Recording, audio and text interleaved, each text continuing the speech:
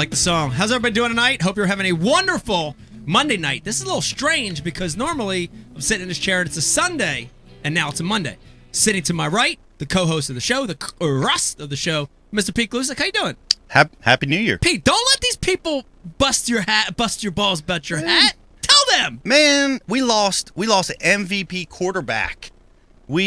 Everybody has picked us to lose every single game since that's happened. That's right. And here we are playing the next round. Yes. One more to go to get to the Super Bowl. Man, Yes. I'm loving on the Eagles, man. I'm loving on the Playing some Eagles, good too. ball. And here's the thing. The Eagles have a lot of people supporting them.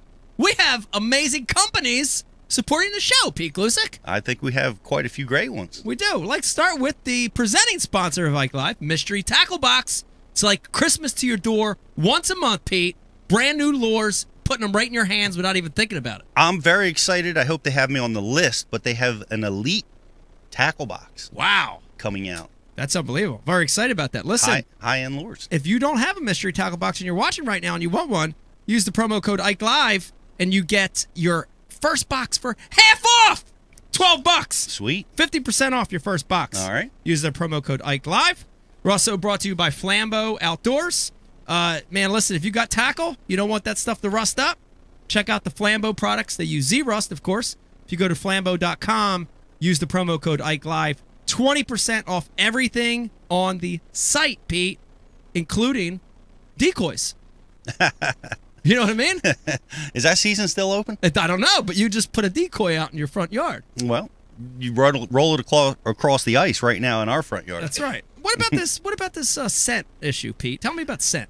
Well, since key, it's going to be key this year. You guys are fishing. The elites are fishing 2 cold water tournaments. 2 cold water tournaments, key. And that's going to be a big deal. And right now you can use scent to melt the ice and maybe catch a fish in our house. Wow. Around here. I think it works. That's a good one. Use the promo code IKELive25 and get 25% off everything on liquidmayhem.com. Pete, we're also brought to you, and this is a little special one tonight, we're also brought to you by Hobie Kayaks. This is, in fact, the kayak special tonight.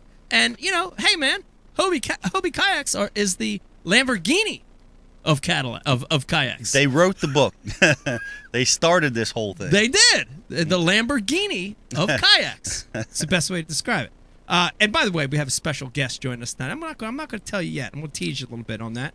We're also brought to you by TH Marine, makers of great marine products for every kind of vessel. Pete, whether you've got a John boat or a Biggie Small Shot, TH Marine makes something for it, right? Yeah, they make the best stuff in the business, and we love TH Marine. Do we have a TH Marine thing going on here? Yeah. TH Marine. If you say IKE Live, they'll give you a deal. You just got to call there and ask them. Give you a free Atlas Jack plate. They might. Just tell them we sent you.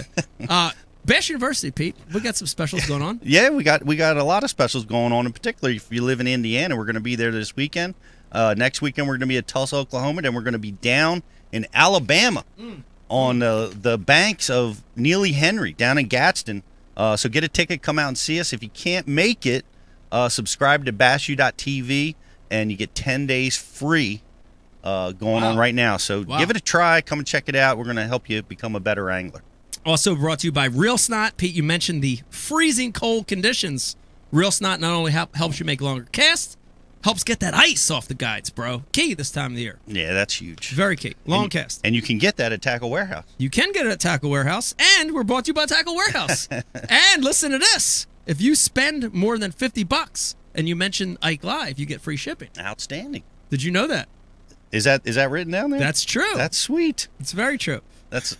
Everybody uses Tackle Warehouse. They're the best in the business. They support the Bass University tackle shop. So I'm surprised. I'm surprised they're not retired after selling all the tackle they did over the holidays. It's crazy. I'm surprised too. Also brought to you by Vision Wheels. If you want to trick out your truck and trailer, check out visionwheel.com.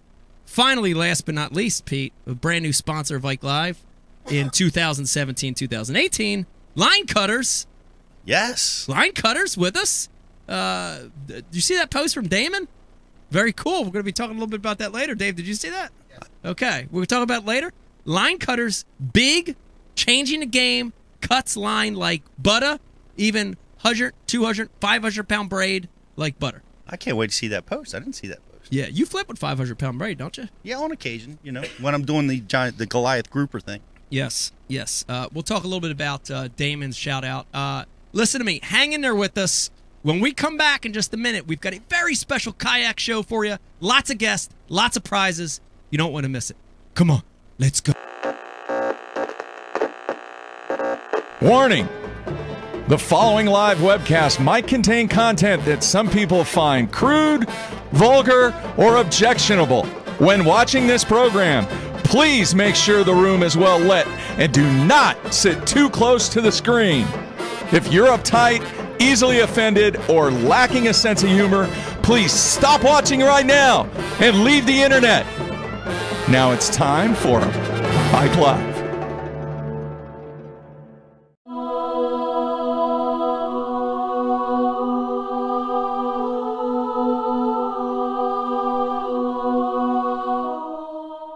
What is this foolishness? How many dreams can you shape in a minute, an hour? The kind of clean you like best. Lost 3 of my teeth, too. All right, so you lost. Next time you'll win. Steamy, hot, hearty, delicious, invigorating.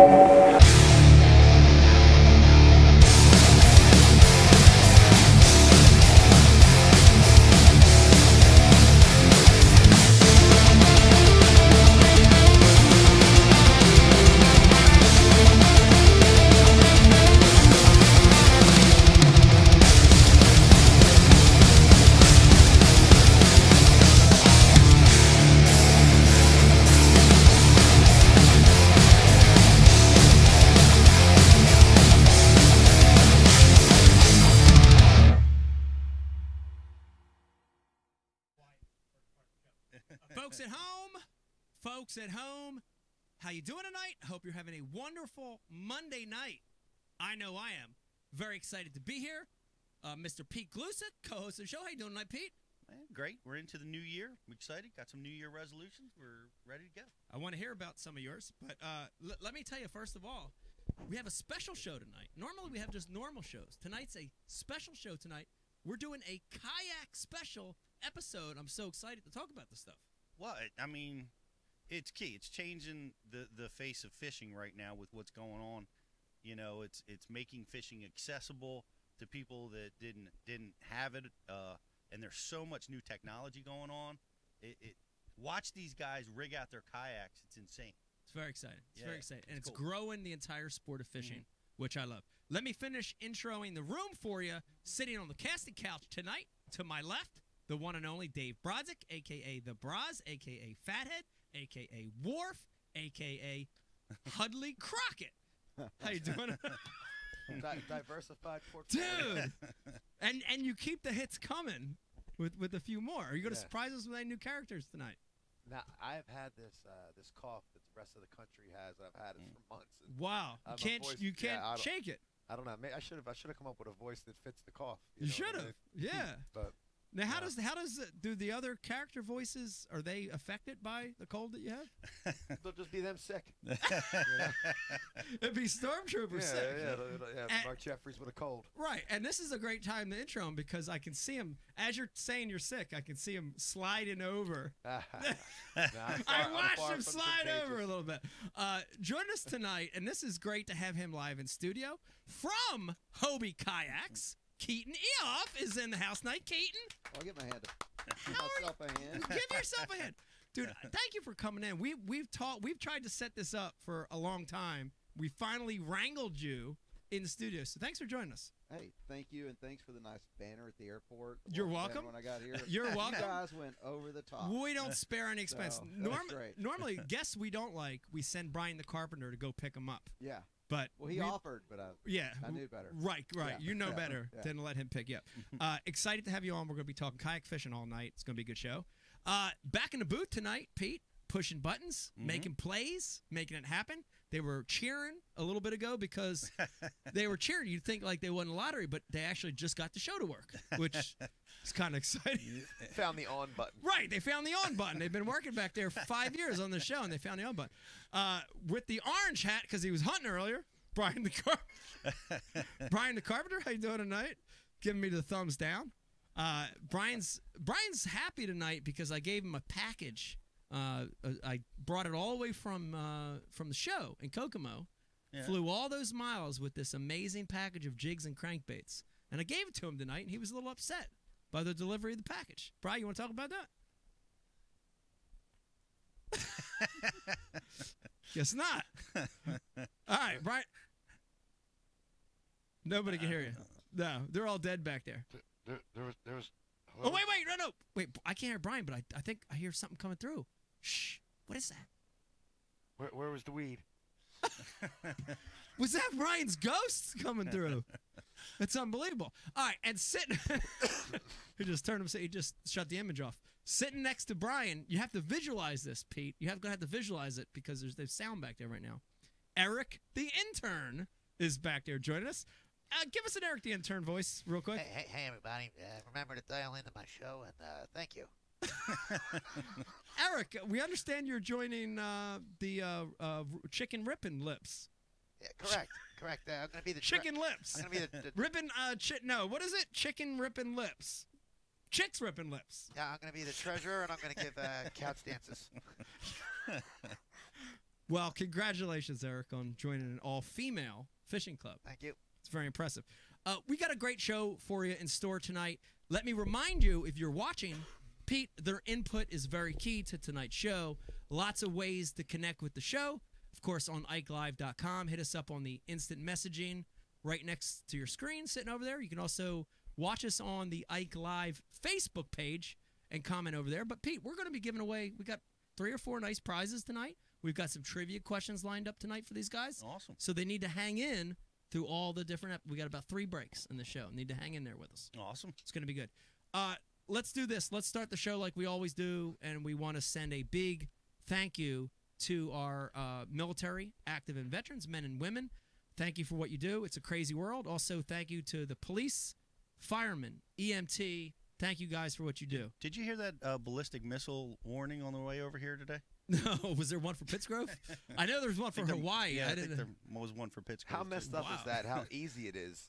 Oh, yeah. Just sending out this mass panic of a impending doom. Yeah. Dude, well, what's interesting is Washington Post had an article where they interviewed this family that, you know, I looked at it from afar and I'm like, oh, big deal. It was just a little warning, you know, it lasted a couple minutes or whatever. But, dude, they were fear-stricken for 10, whatever it was, 5 or 10 minutes that it lasted. For people that don't know what we're talking about, Hawaii has basically like an emergency broadcast system for incoming missile attacks. Warning detection system. Like an early warning grid detection thing, and someone accidentally pushed the on button to that. Crazy. How come that on button works and our on button never? I don't know. It seemed weird. I heard a report, and it was like they double-clicked something that was... How could it be that particular? They accidentally clicked it twice. Yeah, one click is safe. 2 clicks is like we're all gonna die. Yeah. Whoever designed that should be fired to design the 1 and 2 click system. You know, Microsoft popped up a little thing that said, "Are you sure you want to click?" Right. Yeah. Right. Sure. Yeah. Right. An accident. Are you sure? But it is kind of horrific because I read this article on this lady with a child and pets and her husband wasn't home. Dude, she went through, and I gauged in the article they were a little bit of preppers because she knew what to do though. So put her kid in the bathroom, went looking for a dog, started getting the reserve water, started filling the bathtub, like all these things you do when there's the threat of nuclear war and nuclear fallout. It's crazy. I mean, she's shitting herself. The whole island was doing it, man, and it went on for 38 minutes. Yeah, but there's people still alive that live on that island. Not many that lived through That's true. Through an attack. That's true. It happened in their lifetime. They lived through an actual real attack on that island. You know? I can't imagine. I can't imagine being out there. Who was it out there? Jim Carrey was in Hawaii. Wow. I saw an article that where he was like, this is control because he along with everybody else thought that missiles were coming, man. I can't imagine what that's like, and honestly I think about that from where we live because we live in a target zone, man. Oh yeah, bullseye. We got New York City on one side, Washington D.C. on the other, and Philadelphia in between. Bullseye. If they're sending a missile, it's coming our way. But what people don't understand is North Korea does not have rapid fire. Like everything they have, the type of propellant that they use takes a long time to get based up and get going. It wouldn't be like as if one of the more advanced countries launched an attack. Right. We would have ample noticed that they have stuff coming up off the ground. It wouldn't be Not good. as quick and as catastrophic as you might think. It's a wake-up call that we're all thinking about it and talking about it now. We'll see what transpires here. It's a big wake-up call. Let me also mention, Pete, besides Keaton in studio tonight, we do have a couple more guests joining us. We've got Ron Champion, friend of the show. The champ, joining us again with his, I believe his son's going to make a little appearance too. Branton will be joining us tonight, talk a little bit about kayak fishing. We also have Mr. Kayak himself, Chris Payne, joining us tonight to enlighten us on the subject of kayak fishing a little bit. So it's going to be pretty awesome. I'd like to, you want to talk a little bit, Pete, real quick? We'll do a little catch-up. Bash University this past weekend, big success. You want to talk a little bit about it? Yeah, I mean, I'll talk a little bit about it. I mean, we were at Kokomo, Indiana, which is one of our favorite places that we go.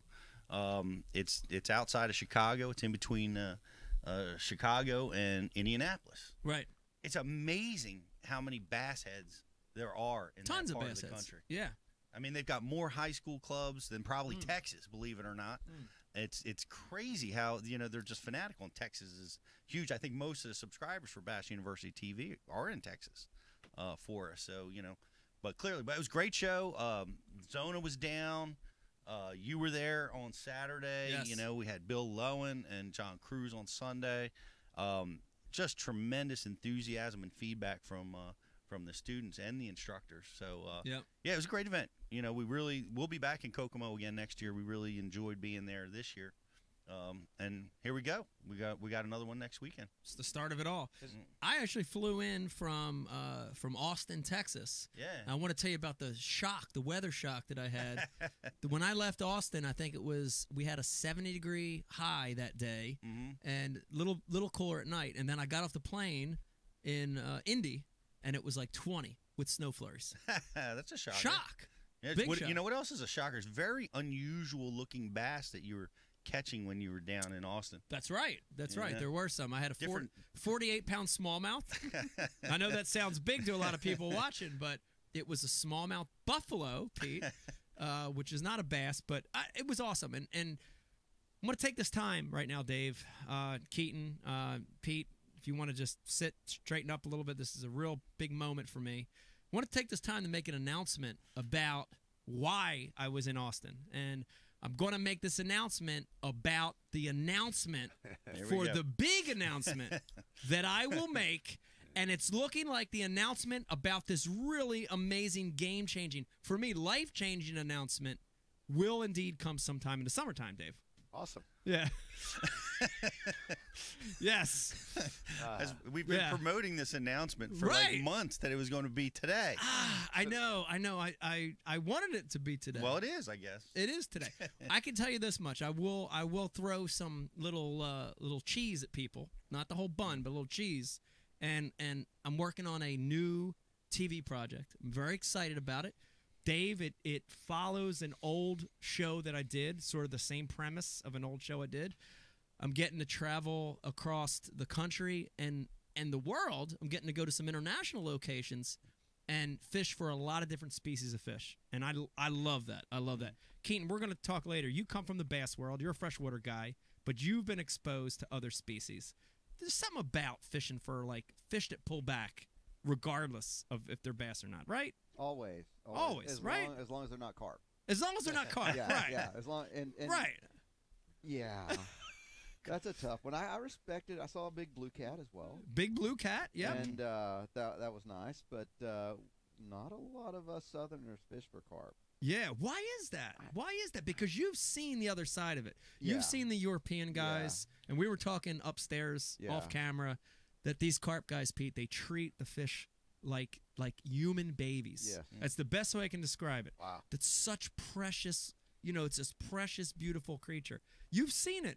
What is it about that? Why? I think we can throw some kudos to our current fisheries management in the United States, especially. We have a great team in Texas. Our Texas Parks and Wildlife are always working to produce us great game fish. Yeah. And probably over in Europe, some of those other countries just didn't develop that way with those kind of good resources. Yeah. And so the carp in a lot of waters thrive. Right.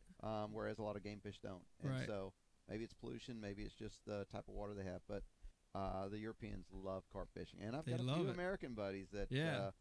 love carp fishing as well. They're- And It's a powerful animal. It's when they get 30, 40, 50 pounds, it's on that light tackle that most of those guys fish. yeah, and boilies. And Catch it on a boilie? I caught it on a boilie. There you go. I caught it on a boilie with a piece of pop-up corn behind Okay. it Okay. What's a boy? on a hair rig. So boilie is basically like a dough ball. Best way to describe dough ball, but they sort of concoct it. They all have these different formulas, which is interesting. They all have a secret. They all have a scent. And boilies, basically just like a dough ball, sort of. And I caught it on a boilie, and then behind the boilie was a piece of corn, but not real corn, fake corn that's high buoyancy that makes the boilie stand up off the bottom and be seen by the fish. Wow. So it's a system. It's crazy. What's considered a world-class carp? I'm gonna just off the limited experience I've had with fishing with some of the guys here in Philadelphia and then now down in Austin, I would say when that fish gets 30, 40 pounds or bigger, then it starts becoming a world-class fish. Okay. Like the 60s and 70s are definitely out there and they're obtainable. And then I follow a lot of these guys on Instagram and Facebook. And dude, I swear to you, these guys are holding ones that are like in the 70 range because it's all gut. They're holding this thing and these guts are just straight down and you're like, holy hell. But dude, it doesn't happen fast. The one thing is you have to have a tremendous amount of patience. You probably know this, Keaton, but a lot of those guys in Europe will camp. Like literally throw lines out. They'll have 6 to 12 rods out with alarms and they'll just sit back and wait. They'll do a little baiting. They'll do bait changes. They're still, interactive. It's highly technical. It's highly Actually, technical. And their gear is very expensive. Yes. Highly technical. Highly technical, but they'll go 2-3 days sometimes without a bite until they get that bite. But what do they feed on to get that kind of mass? So a lot of it. So again, this is a learning process. Carp and then smallmouth buffalo, which aren't technically carp. We'll talk about that in a second. Are bottom feeders. Like catfish. So they're down there and they're inhaling, just constantly sucking in and sucking out to feed off the bottom. But what a lot of these guys do is they bait the holes, right? So they're spending a tremendous amount of time, and I don't just mean like days leading up to when they fish. Yeah. I mean months and months and months creating a feeding spot for these fish. So they're actually making the fish bigger themselves by feeding them up, and it's crazy. And they'll use like meal, it's almost like cornmeal. It's like grits and oats, and they'll bait these spots. So you can imagine, dude, these carp are just down there like, oh, we're in heaven, they're just eating. Food rain down. Oh yeah. Yeah. Like the one I caught, it was 48 on the scale, and it had 48 on the scale, and it had clearly been eating that stuff for a day. He's to be that gutted out and it not be eggs. Yeah. That fish has been eating for days. So that's still huge. Well, how long does it take to catch a 48-pound carp? Yeah, it was interesting because it took less time than I thought it was going to be forever and ever. I caught a 30 in the fall on the Delaware River, and it took probably 25 to 30 minutes. And this 48 probably took 18 to 20 minutes. That's still a long time. Long time. A lot can go wrong. But really long rod. 12 to 14 foot spinning rods that are really soft. So the fight is really the fish absorbing that rod the whole time. Braided line, and really, really loose drag too. So, you let the fish do its thing, and but the hooks they're using are drop shot hooks. That's nuts. They're number 8s. Is it like a bass does? Like does a carp dig for cover? Does he try to get you in trouble? It's the common carp that I caught here back a couple months ago had way more quick surges where it would zzz. The 48-pound smallmouth buffalo was definitely like slower digging with a few of those runs, but just more slow digging to where he would just put his back into it and like just slow and steady, not those quick runs, know? That's still amazing though. Dude, think about it. Here's the way I explain it. Because he couldn't move that good because he was full on all that bait. Well, that's probably what it was. But, look at 50-pound fish in general, right? Saltwater species. There are people spending thousands of dollars to take exotic trips, right? Yep. To catch 50-pound class game fish, saltwater fish. And wow, was that me? Oh, and you know, with is that Brian's ghost? Is that Brian's ghost? Is that Brian's ghost? Can it be Brian's ghost? It's the real ghost, probably. It is the They tell you not to play around. They tell you not to play around with It's like the Ouija board, right? Yeah, you open it and they're going to come. They tell you not to play around. Well, what was I saying? Oh, getting back to my thought real quick, and we'll go on. You can do this stuff right where you're at. Right. Everybody watching tonight. Every state in the nation. Every state, city, rural, suburb. You can do it right where you're at. That's pretty awesome. That's awesome, that right? It really is. And yeah. that does tie into, we're going to talk, Keaton, a little later about accessibility to stuff. And it falls into that. It makes it easy for people to get involved in the sport. And then right which afterward, I love. you can slit your wrists. Then you can slit your wrist, right. After 5 days of not getting a bite, you can slit your wrist.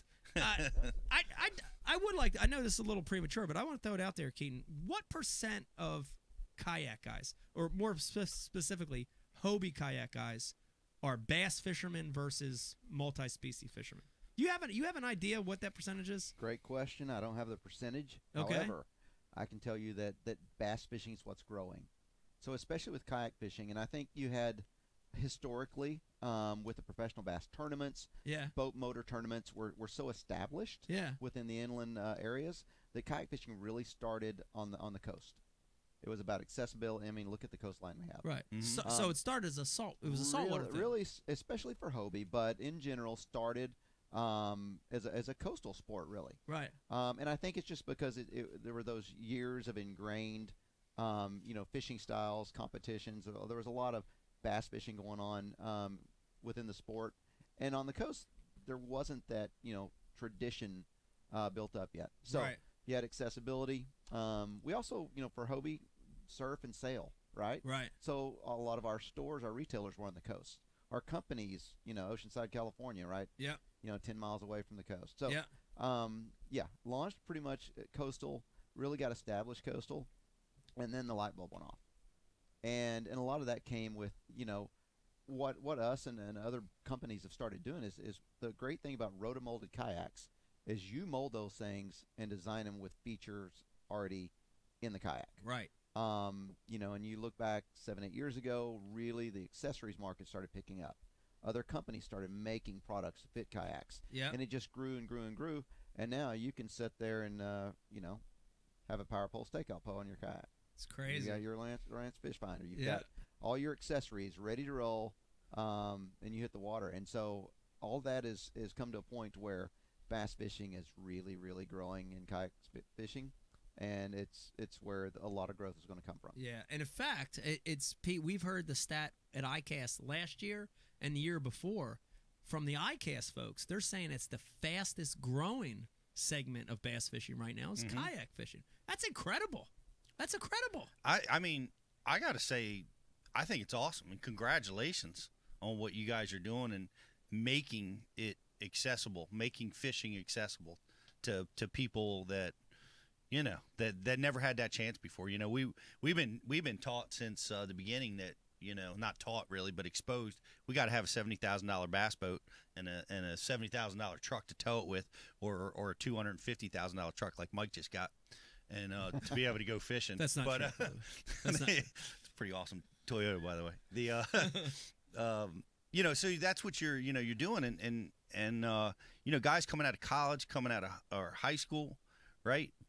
Man, you're not jumping into that. It takes years to be able to amass that kind of income, and in Brian's case, like 30 or 40 years, But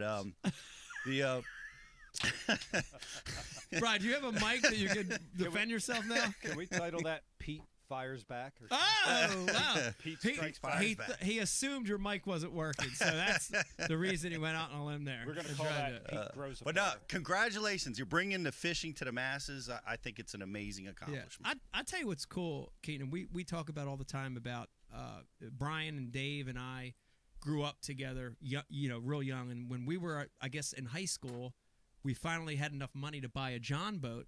We were buying a Coleman crawdad was big around here, but I've got one. Still. Yes, yeah, great boat. But it was like the early predecessor to what this kayak movement has become. It It's really is. polyurethane. We were taking it ourselves and decking it out with 1/2-inch plywood. Yeah. And it was seriously, it was an early version to what you see this kayak world exploding. So we knew back then we were just too old to be on this trend. You know what I mean? Because I don't remember freshwater kayak fishing back then wasn't even on the map at all. And I'm talking about the early 80s. But think about belly boats. Belly boats, yes, right? They were around. Yeah, yes. yeah. And so there were a lot of clubs fishing out of belly boats and tubes. That's right. Yeah. The only problem is you were committed, right? I mean, you couldn't really move very fast, right? And so now with kayaks moving, and especially with Mirage Drive, you've got hands-free ability now. Yeah. And you can stand up in your kayak, and so if you look at just the progression of the platform, right, and in line with what you were talking about with boat motors, traditional boats getting the entry levels just gotten pretty high, and so you can go in for what, a $70,000 bass boat. You can enter the kayak market in a really good one now, $1,500, $2,000, and it's crazy. So that's crazy. Huge. That's huge. That's huge for the sport and for the kids, and parents. Like, you think about it, even a middle-aged man that's got 3 kids and a mortgage, and he's stuck. He's paying his bills, and you can get him out on the water now. Yeah, and then one thing that we probably don't see, you guys, at least Mike lives in a somewhat of a more rural area. You got room to put a boat. Right. So I come from an area like that where you have room. A lot of places are getting your lifestyle smaller and smaller. Yes. And so you don't have room for the big boat anymore. Yeah. And so now we've got products. We've got inflatables. Great inflatable products that you can stick in a closet and still get out and fish. So just giving people the opportunity to take a product that's going to fit their need, and you can go back and have access to a lot of water. I had both those problems. So I had the $70,000 boat. I had a place where I couldn't put it, and you could easily put a kayak. Like, as a single guy, you could have that kayak right in your living room, right in the second room of the apartment or whatever. And the ability to access water that you can't access with the bigger boats. Yeah. Now that I love too. The intimate, quiet places that you just can't have when you got power equipment. And I miss that. Yeah. I miss that, doing what I'm doing, with my Bass Cat, and I love the tournament. I love that stuff, but I do miss it. Like when I got started, because I started in a canoe. But a canoe we capsized it more. But that we capsized. We had trouble. They were not set up for fishing. But the part that I loved about it was that exact thing, man. We could put that. We could car top it. We could go fish places that others couldn't. It was quiet. You know what I mean? You got to get back to nature. That was the awesome part about it. And it was easy. It was easy. It wasn't, like launching a boat in a place can be an ordeal, right? Mm-hmm. It could be a freaking ordeal. Putting a kayak in is easy. Yep. It's easy. It's light. You just lift it and go, right? Down where my mom lives in Florida, like, I almost want to just live there with a kayak just to fish all those lakes that are off 95, a few miles either way. Off the beaten path lakes. Nobody fishes them. Giants. No, but next to all the dumps on 95, all of them have lakes. There's never, ever a boat on there, man. Just gators. Who cares, dude? But just for that reason alone, to get out and just fish places that no one else is. There's like that whole sneaking on private property feel you have. You know what I mean? I love that. Yeah, you got the place to yourself. What does that feel like? Feels pretty awesome. Breaking the law. Yeah, breaking the law. Now, that feeling of being the only one alive that's ever fished a place, that's a cool feeling. Yep. And it's rare that you get that in a full-size bass boat anymore. Really is. Oh, absolutely. It's very rare that you get that feeling. Yeah, and that brings you the accessibility part of it, which I love. And like I said, we teach so many high school and college kids, and man, they're trying to get into that bass boat, but it ain't happening, And not everybody's a Matt and Jordan Lee where they can rock out with a fully rigged boat, right? Right away out of college. They're very fortunate to do that, but the other guys, they can get right into it. They can keep their passion going. Keep their fishing going. Keep fishing while you're waiting. While you're working, while you're saving, while you're building your skill set. You're learning. But there's having fun with it. There's also lessons in planning for tournaments when you fish in these smaller boats. So like Mike said, we came up fishing in crawdads. You couldn't bring everything that you could bring. Yeah. You bring a little bit less in these kayaks, Mm-hmm. and it forces you to actually plan a lot differently. And I think that actually transfers over to when you do get a bigger boat, that you're not inundated with a bunch of crap. Right. That you have a singular focus on what actually works for you, and you don't have to basics, fill yeah. every single damn basin full of boxes. See, I missed that lesson. I have every basin filled with a bunch of nonsense. Every basin. That's the way I fish. But Morgan Prominence, I hope he's listening. Morgan carries about 70 pounds of gear Dude, in his kayak. Really? Oh yeah, you go grab his egg crate out of the back. You're like, dude, it was insane. Yeah, when we fished together, he showed up with more stuff than I've ever had in my kayak ever. Yeah, it was unbelievable. And I mean the rods too. Oh yeah. Like, for me, like, 1 or 2 or 3 is a comfortable amount. Dude, Morgan had like 10 rods or something. I don't know. They were in every hole in the back, all around the H crate, coming off the sides. Dude, it looked like those crappie boats. They have the spider rigs coming out the back. You know what I mean? That'd be me. I know it. I know it. It was crazy. I want to hear it. Keaton, tell us a little bit about. I've heard other people. I've heard Dave. I know Dave's experience. I know mine. Tell us about your first experience fishing in a kayak. And it didn't even have to be a Hobie. Your first experience fishing in a kayak. Yeah, interesting. Prior to kayak, it was a crawdad. Still have one. Yeah. And fishing the Llano River in a small boat. I fished in belly boats. I fished on top of a big thing of styrofoam that flooded out from under a dock and was on the size of his couch. We floated down the river fishing on that thing one time. Oh my God! But my first kayak experience was a Hobie, and it was years before. I wasn't even aware of Hobie. I was still we were kind of probably in the beginning stages of some of the Seville stuff. Yep. And I was down at Shoalgrass Lodge down in Texas. My buddy Dave Maynard showed up with 2 kayaks, and they were Hobies. Yeah. So we put them in the water and went fishing. Didn't think twice about it. Huh. And 5 or 6 years later, here I am. How about that? So did you know that first time that it was something special, something that you loved? Yeah, you know what? It was different. Right. Something completely different. But in there we were, maybe a quarter mile from the flats. And so this was saltwater, and so we just, out the channel on the flats, and then that night we fished the lights. Yeah. A lot of trout fishing under the lights at night, and so really it was just a great trip, and fun experience, and it was kind of I was fishing pretty much anywhere and everywhere I could at the time. Yeah. And so that was that experience that I had. It was great, and then on back to my big old piece of styrofoam, because one thing with the Hobie is the entry level it's a little high for kayaks. I mean, we know we make a great product. Yeah. We've got a Mirage Drive. It's totally different, but that adds some expense to the kayak. And at that time, it wasn't in my entry level. Right. And so, it took a few years before I was ready to commit that level of resources. But it never fails that once you have the experience, it's amazing how you can start working towards that level of resources. Yeah, get right. you what you want. Focused. Yeah. And the coolest thing, and I think that I've seen in my tenure, is all the accessories that make it easier. Yeah. Right? Because we all like that kayak that Morgan carries 70 pounds of gear in. That's a 135-pound kayak. It's 14 feet long. But now we have accessories that make them easy to load.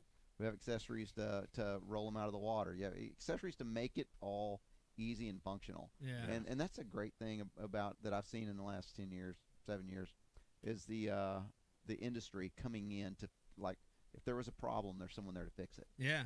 And that's been the greatest thing, just making these things more and more accessible. It's awesome. I mean, they're getting more and tricked out. Last year going Ike, lucky to have you guys trick mine out for me with all the accessories, and then to see Morgan's with the bait well in the back and all the ram mounts and the depth finders, and that's crazy, Pete. I mean, it's like all the features of your $70,000 boat in that little kayak. That's amazing. It's crazy. Yeah, it's crazy. The tournaments are crazy too. I mean, the participation in the bass fishing kayak tournaments is what it used to be in the heyday of bass in the 80s, right? Which I think was kind of when bass fishing hit the world scene. You'd see these mega tournaments everywhere around the country. We'd have 200 boat tournaments around here, always over 100, big events. Now you have kayak derbies where it's like 600 boats, 800 boats. It's out of control. Yeah, freshwater and saltwater. Is that right? Yeah. You've got. There's a real large one down in Louisiana, It is called. Come on, Louisiana guys, answer this one for me. Ride the Bull. Ride the Bull. Yeah, okay. benefit tournament. It's really, really good. But you got 700 or 800 people fishing that one. Yep. And you've got bass tournaments growing and growing and growing. Yep.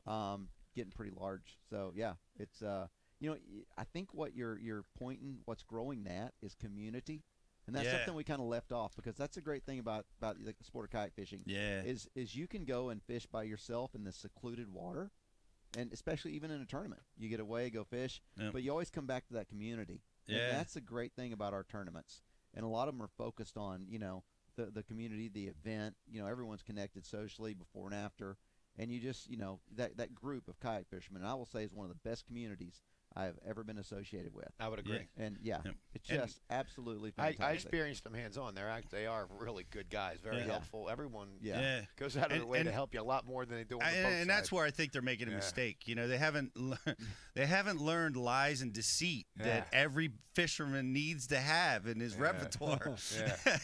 I watch the kayak guys do that. It's like they treat it so differently. They're like, hey man, we were using jerk baits over on that bluff bank over there, like giving the pattern, the spot, so that they can help the competition, you know, help get them along. So different from what bass is like, you know. It's more tranquil and it's less stressful. Yeah. Why else? What are they different? They get a kayak, they become a different person? Yep. It's still the same guys. They'd be the same jerk-offs if they were in a boat with a 250 on the back of it. But they're in this peaceful machine, and they're this high off the water. It changes, right? And they're this high off the water. You know? It's less stressful until weigh-in. Yeah. Okay. Yeah, until final day of the tournament, and you're in the top 5. It's pretty high stress, pretty intense. Is that right? So, oh yeah. Those guys go nuts. Did they go Ike on stage? They lose it? Yeah, they go Ike on stage. Attaboy. So, yeah, he's trained them well. All right, listen to me. Here's what we're going to do, guys. We are going to take a small break. Keaton, when we come back, I want to corner you on your life before Hobie Kayaks. I want to know a little bit about that. I want to hear some Sabile stories from you as well. When we come back, we're going to continue the show. Hang in there with us. We're going to get some of these audio issues fixed. We have a little low audio right now. We're going Yeah, if we go dark, hang in there with us. We're going to fix this audio. My earphones, they're not low audio. No, they're high as hell. When we come back, more Ike Live and lots of great prizes coming up. Hang in there with us.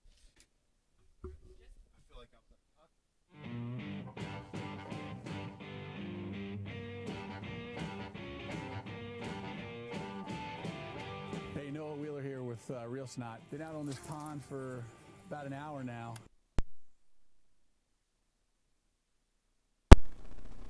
We would try the new Java product on this frog on the top water. It works great on jigs and other plastics, but we've noticed that when we do use it on top water, we get a trail in the water, the scent's in the water, and we're getting a lot more bites. So we're going to spray some Java all over the frog. Apply from Real Snot to the braid, get it nice and wet, and then as I reel it in, it's going to work its way through it. Okay, so now we got that scent in the water, and then we got the frog all juiced up with some Real Snot Java. Let's see what happens here. There's one. There's one. So as you can see, that scent got around in this little area, this little pocket we're fishing, and sure enough, one came up and nailed it. Small one, albeit, but hadn't caught anything since we've been here for about an hour and 10 minutes now. There's one. That's a good one too. That's a good one. Much better.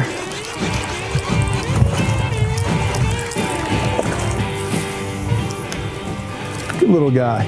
Threw my frog. Man, they love this stuff. Right through the nose.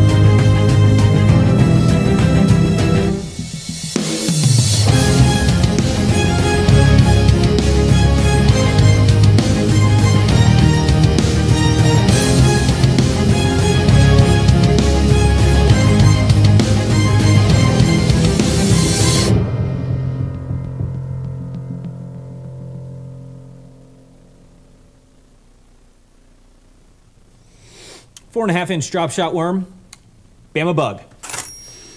Finesse jig, PB&J, give me something hard. Hey, KVD here. Now, I didn't always know this much about fishing.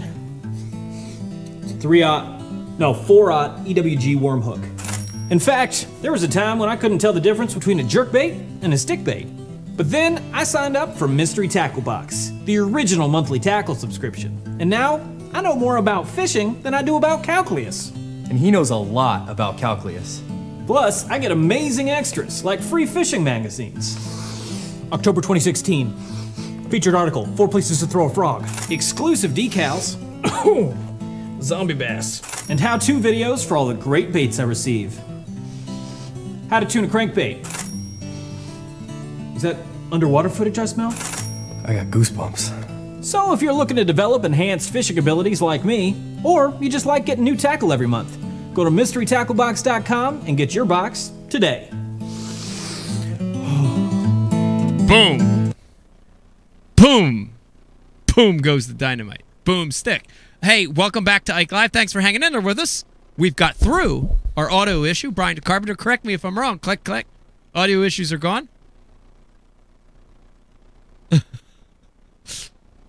I can't hear you, but... Yeah. I think so. I think so. Okay. What's up? I'm here. Audio issues are gone, and I kicked the co-host out, Pete Glusick. So now this show is going to run smooth without Pete in here. Because Pete's a disaster. Let me remind you, if you're watching, lots of ways to watch. If you're watching on IkeLive.com, please hit us up on the IM board. Eric, the intern back there, is going to sift through some of your comments and let them through. Also, you can watch us on Facebook at Ike Live Show and follow us over there as well. Brian, are we on YouTube tonight as well? Yeah. Oh, we are. And we're broadcasting live on YouTube There's tonight. 30,000 people watching. For all on the YouTube YouTube people out there, give them something to watch. Let me remind you, we got a great show tonight. We've got the kayak special. Keaton Eoff's in the house. Woo! On the couch with us tonight. In a little bit, we're going to be talking to Ron Champion, and his young son will be joining us. And then later in the show, Chris Payne, Mr. Kayak, will be joining us. Does he have that tattooed on his arm? He does. Mr. Kayak. That's kind of a cool last name. You have a lot of range for nicknames with that. Payne? Yeah. Bring the pain? Sure. Rain the pain? Mr. Payne. Mr. Payne. Mr. Payne. It is. Keaton, I'm going to jump back to you and talk a little bit about, everybody knows you as the Hobie kayak guy. But before Hobie, tell me a little bit about how'd you get into fishing? And then I want you to talk about Sabile, because that was I know that was a cool time for you. Yeah. So talk a little bit about that. But how'd you get into this whole mess of a sport? You know, it's just absolutely growing up loving fishing. I think we all had that experience. It didn't matter what it was. I was fishing in culverts. I was anywhere, golf courses, anywhere I could, trespass property. Hey, I don't know. You judged me on the trespass, and here you are stomping all over the greens. I did not judge you. I just acted like maybe I hadn't committed that offense before. Thank you. Okay. But I felt judged.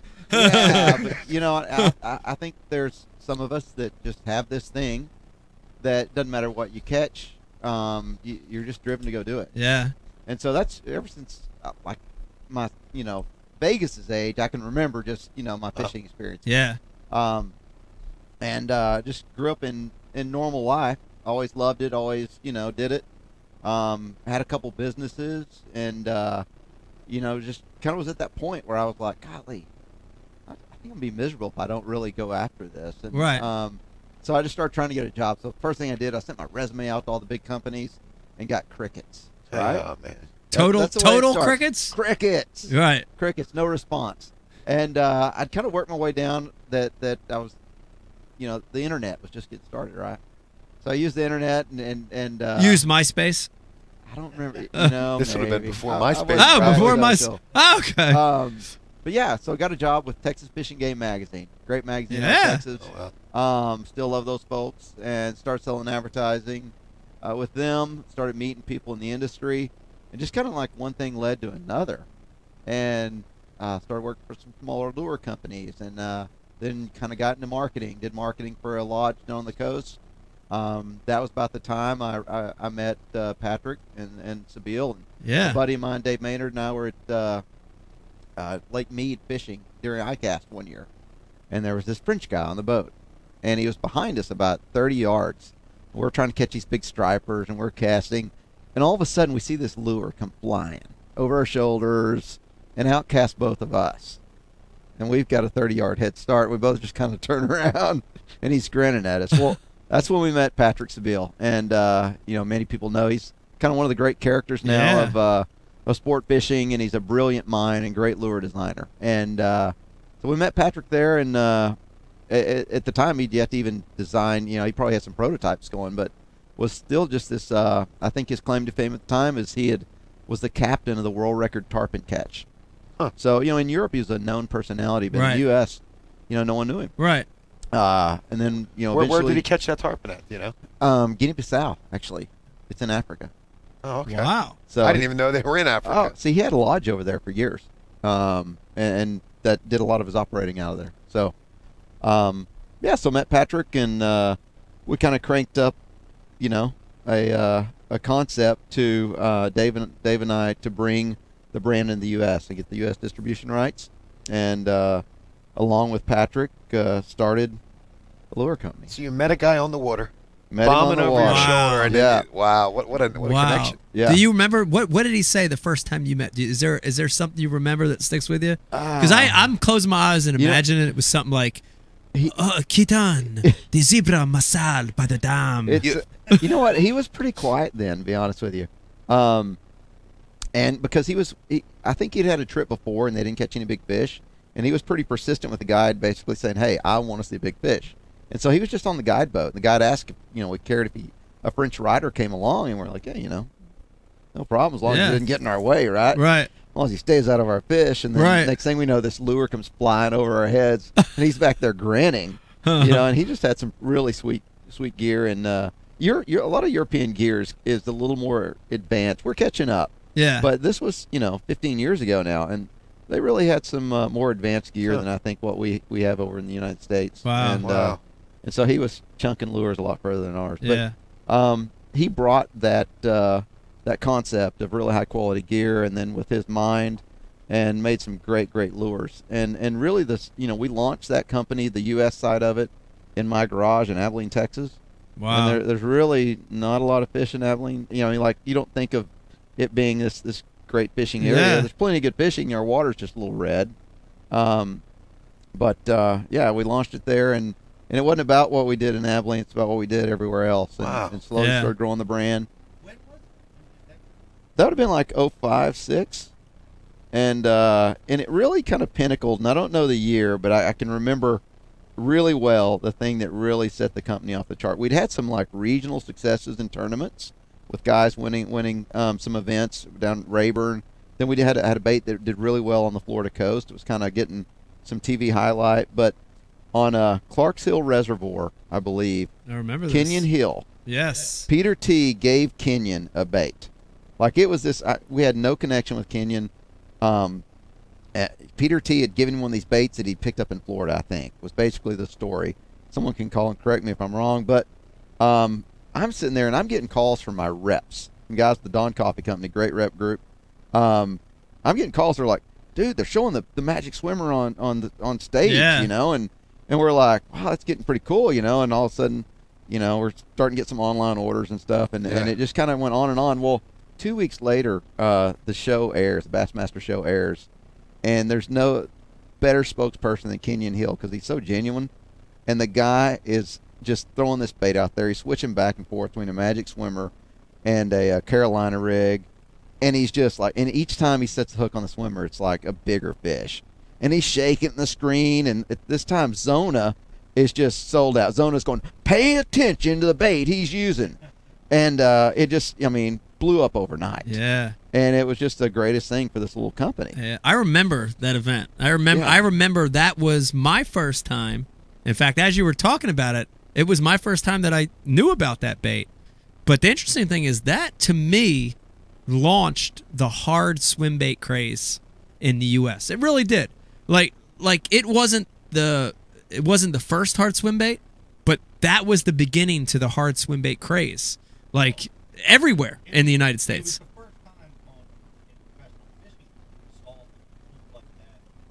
Right. Right. Yeah, yeah, especially with Zona, talking about that and just pointing out every fish. Pay attention to the lure, and he's Kenya shaking it and drinking Dr. Pepper. Yeah. And, and we were just like, then we had to scripted it. Yeah. Then we had to struggle to keep up with orders for the next 2 years. Yeah, and especially on herring lakes, that thing just became a staple. It did. The way that it moved and the way that the blueback herring moved was very similar. You know.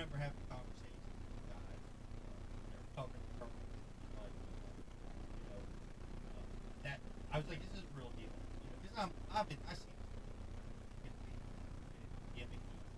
And maybe it works at one time. I can hear my mic's back on now. Sorry guys, but I remember the guys were walking around and at the next herring tournament, whichever it was, maybe on Hartwell or back on Clark Hill the next year, and every single boat had the Magic Swimmer on the deck. Every single one, including me. Yeah, including me. I actually have a question. Yeah. How does it work for a lure company that goes through that type of dynamic bump? How does what's the first can you walk us through that? The first in a way it's this huge exhilaration because you've kind of finally hit it, and then really the next 6 months were really challenging, multiple reasons, but we literally woke up the next morning that show aired, and you had so many online orders. Yeah. And this was when, like I said, online ordering was just, we had a pretty good website set up in place, and you'd go and the number of elite pros that you would see on there ordering. Yeah. But it just grew and grew and grew.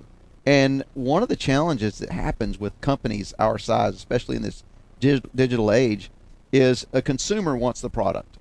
And so they're making phone calls. They're calling multiple dealers. And so all these orders are getting placed. And it's just this race to fulfill it. Right. And so you get to the point where you just, you commit everything to fulfilling those orders. Yeah. And it was the greatest time. It was a really challenging time getting all that done. And, you have some disappointments because you can only, when all of a sudden your sales grow, 100, 200 fold overnight, and you're not resourced and set up to do it, you have to be really careful with where you spend your money, how you do it. And at the time we were producing in Asia, and so it was a nice long time frame between orders and production. It was a lot of, but you know what? We got through it, and the company ended up selling to Pure Fishing, and the rest is kind of history. And that was when it was time for me to go join Hobie. Right. So that's literally when I left and joined Hobie, and started refining my passions and fishing every body of water I could find. Yeah. Yeah, and you got to miss the next part of Sebile, which was like, what do you do next? How do we top that? Yeah, we just, it was a good time to move on. A lot of changes were happening, and it was time. That was an interesting time to lure-wise, though, because you had that at the same time the chatterbait was starting to jump off. Yeah. Right? You had these two wild concepts that were starting to really be honed in, Yeah. It's hard to create a game changer that's a truly unique thing, Companies try to do it every year, but only every 6 or 8 do you have one that's actually a true game changer, and chatterbait was one, and the Magic Swimmer was definitely one, for sure. No doubt. Oh, it's clearly was. And the and that kind of, now the whole category of the glide baits which I think is the Magic Swimmer is in that category, and now everybody's talking about that. That's like it's a big deal now for the swim bait guys all over the country, especially on the West Coast. It is a big deal. And speaking of big deals, I want to change topics real quick and talk Hobie Worlds. I want to talk Hobie Worlds with you, Keaton. That's a big deal. This year is Hobie Worlds 7? 7. This coming year. 7. So 7 years in. I want to hear the story about how Hobie Worlds came about. Take me back to Hobie Worlds 1, what the concept was, and then now flash forward to Hobie Worlds 7. It's giant. Yeah. Everybody wants to be there. It's a big deal in the kayak world. Talk a little bit about that. It's a cool event, and Hobie Worlds 1. it's hard to think back. Really, now I'm like, because now we're at 7, so that means it was 7 years ago. Yeah. And at one time, so it was basically, I think 2010 was our first one, and 2009. Now, here's what's cool about Hobie. We were a sailboat company before we were a kayak company. Right. And they have sailboat worlds events all over the world, and they have for years. Yeah. Well, Steve Fields, my compadre over in Australia, did a lot of those. So Steve had a lot of experience. And one day he was over in California. We were both out in Oceanside, and we were kind of brainstorming through, what would it look like if we did something like this for fishing. And Steve had that history. And because my company had a lot of success from the sales side, once we presented it, it was like, yeah, it's a great idea. Yeah. And so we shoestringed it. We had it in Australia, the first one. And, we handpicked people to attend because we didn't even have time to qualify. We said we're going to have an event. And we did it, and it went really well. And going back to that community thing, that's kind of what was the driving force in the beginning, because we brought people from the U.S. to Australia, a couple other countries, and we met people that were like-minded. Yeah. That liked what we liked. And then we went our separate ways, but thanks to social media, you could stay in contact. Right. And I really think that was a driving force, that ability to meet people, find like-minded people. And then, so year number 2, we came to the U.S. We had an event in the U.S. And we went back and forth. U.S. to Australia a couple years, and you just watch this community build. And then we really knew that if it was going to be legitimate, we had to develop qualifiers and find ways for anglers to qualify for the event. And, the first couple of qualifiers, we found a way. But then we were able to, as more and more events, matured, we were able to find really good quality events to qualify. And so we really like most of our qualifiers now, and anglers beat out, 100 to 300 people in order to qualify for the Hobie Fishing Worlds. Yeah. Yeah. And these are good guys, good kayak anglers. Very good. From all over the world. Because what's interesting, Pete, I know we talked about it last year, but I got to attend last year's event. Dude, I was blown away at how many countries attended this thing. It was crazy. Yeah. How many? There were over 20. 20 countries. Every year we have over 20 countries represented. That's insane. And yeah. That's insane. That's insane. And I mean, it was amazing to me to see, talk about that camaraderie. A lot of tournaments, Pete, when you think of a professional bass event, it's these guys that go to the meeting and then they rush home and they keep to themselves the whole event. Dude, it's the Hobie Worlds are totally, totally different. We plan it. It's designed to be that way. Yeah. We want it because, really the prize is qualifying. When you qualify for the Hobie Fishing Worlds, you get the full experience. One guy wins, but there's 50 more there getting the full experience. Yeah. And really the difference between number 1 and number 50 is number 1 wins entry to the next Worlds. It's not this massive check. There's not a separation. And so that we really look, and you experience this every night. We have an event. Every angler's treated the same. Our sponsors are just coming more and more involved in the event. And, the anglers show up in identically rigged kayaks. I mean, literally, they all have the same gear on the boat except for their rods and reels and lures. Even it out, even the playing field. Yeah. And then we like to use some local kayakers, like in Louisiana. One of the best clubs in the world is the Bayou Coast Kayak Fishing Club. These guys are, heart and soul of kayak fishing down in Louisiana. Well, they came as coaches. And so, we had local guys, and that part of that thing that you don't understand that's different about kayak fishing. These guys came, spent, days coaching these international anglers how to catch redfish and trout. But I'll give you an example, and I don't know what it is, right? I don't know why the kayak world is kinder than the bass boat world. But Tom Michaels, Yep. He competed against me last year in your charity event to go to Worlds. Lent me his kayak, lent me anything that I needed. He was like, dude, and he stood nothing to gain from it. Like, I don't understand why. Like, what makes crazy. What makes the culture so it's a totally embracing, it's totally different culture. Like when I was at Hobie Worlds last year, just at the hotel, these guys didn't even start practicing yet. This is like the night before practice. Dude, at the hotel, everyone's just talking, sharing baits, knots, lures. Oh, look at this. the hotel was on the water, so they're all out there fishing together. I mean, like Spain, China, U.S., Australia, all these places coming together as like one. Like, and I'm looking at this from a Bass Pro, BASS tournament side. I'm like, damn, that's a different hotel setting than the hotels I stay at. Even just as much as learning how to use the app. I'm horrible with these devices. Right. The kid that won the event, painstakingly, and I know I was painful. Was that Nick? He sat through. He walked, it was. He walked me through the whole thing, and I'm like an old dad with these things. And he's sitting there explaining. Well, you were trying to do it with a flip phone. Well, was your first mistake. you're right. But I knew I was well beyond what I should have been comprehending this, and that kid made sure I learned how to do it before he walked away from me.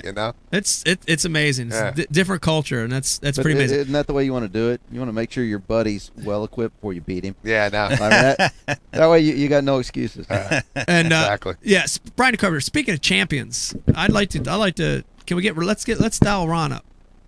Yeah. Yeah. What do you think?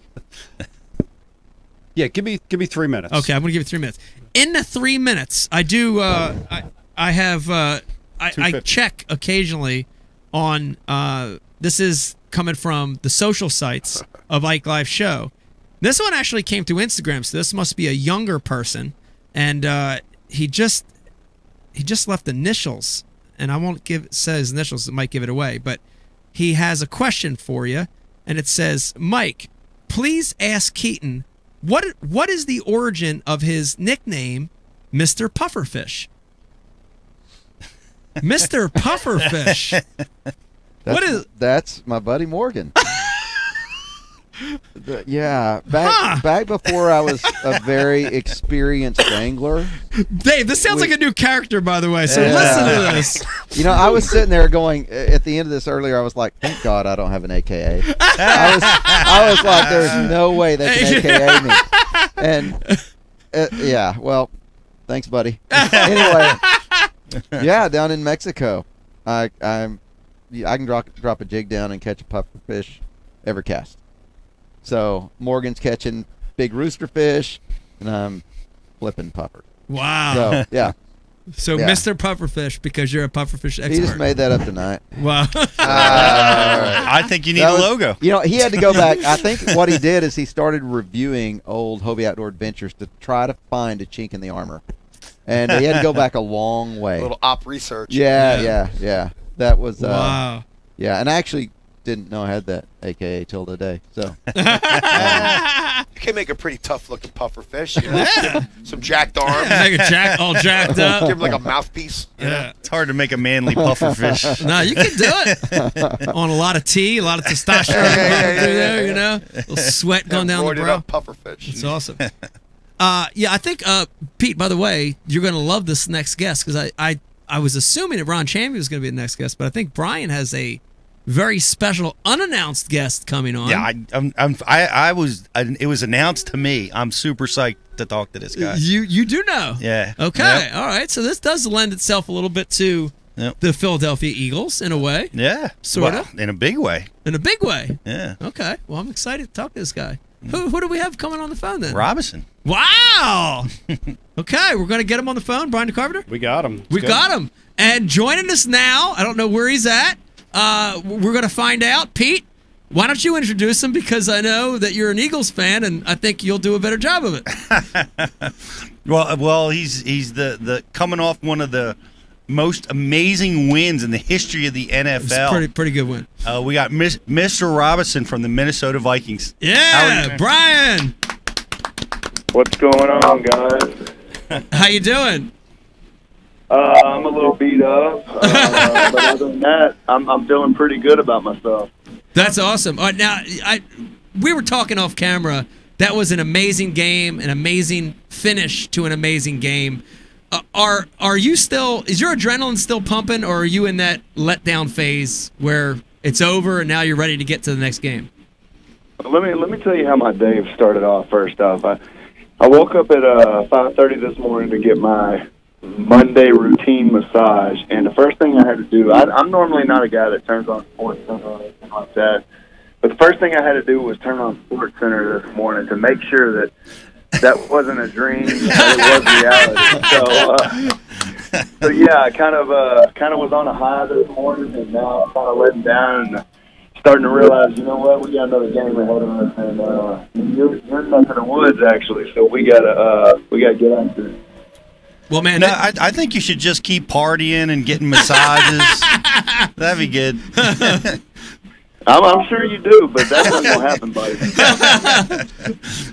Well, this is exciting. This is big. I can tell you that, here in IKE Live Studios, this is going to make this game more exciting to us right now, to have a good friend on the opposing team. And, of course, a lot of us are rooting for the Eagles. But I love this, Pete. I couldn't ask for a better game coming up this weekend. I'm super excited. I mean, I watched that game. It was so amazing.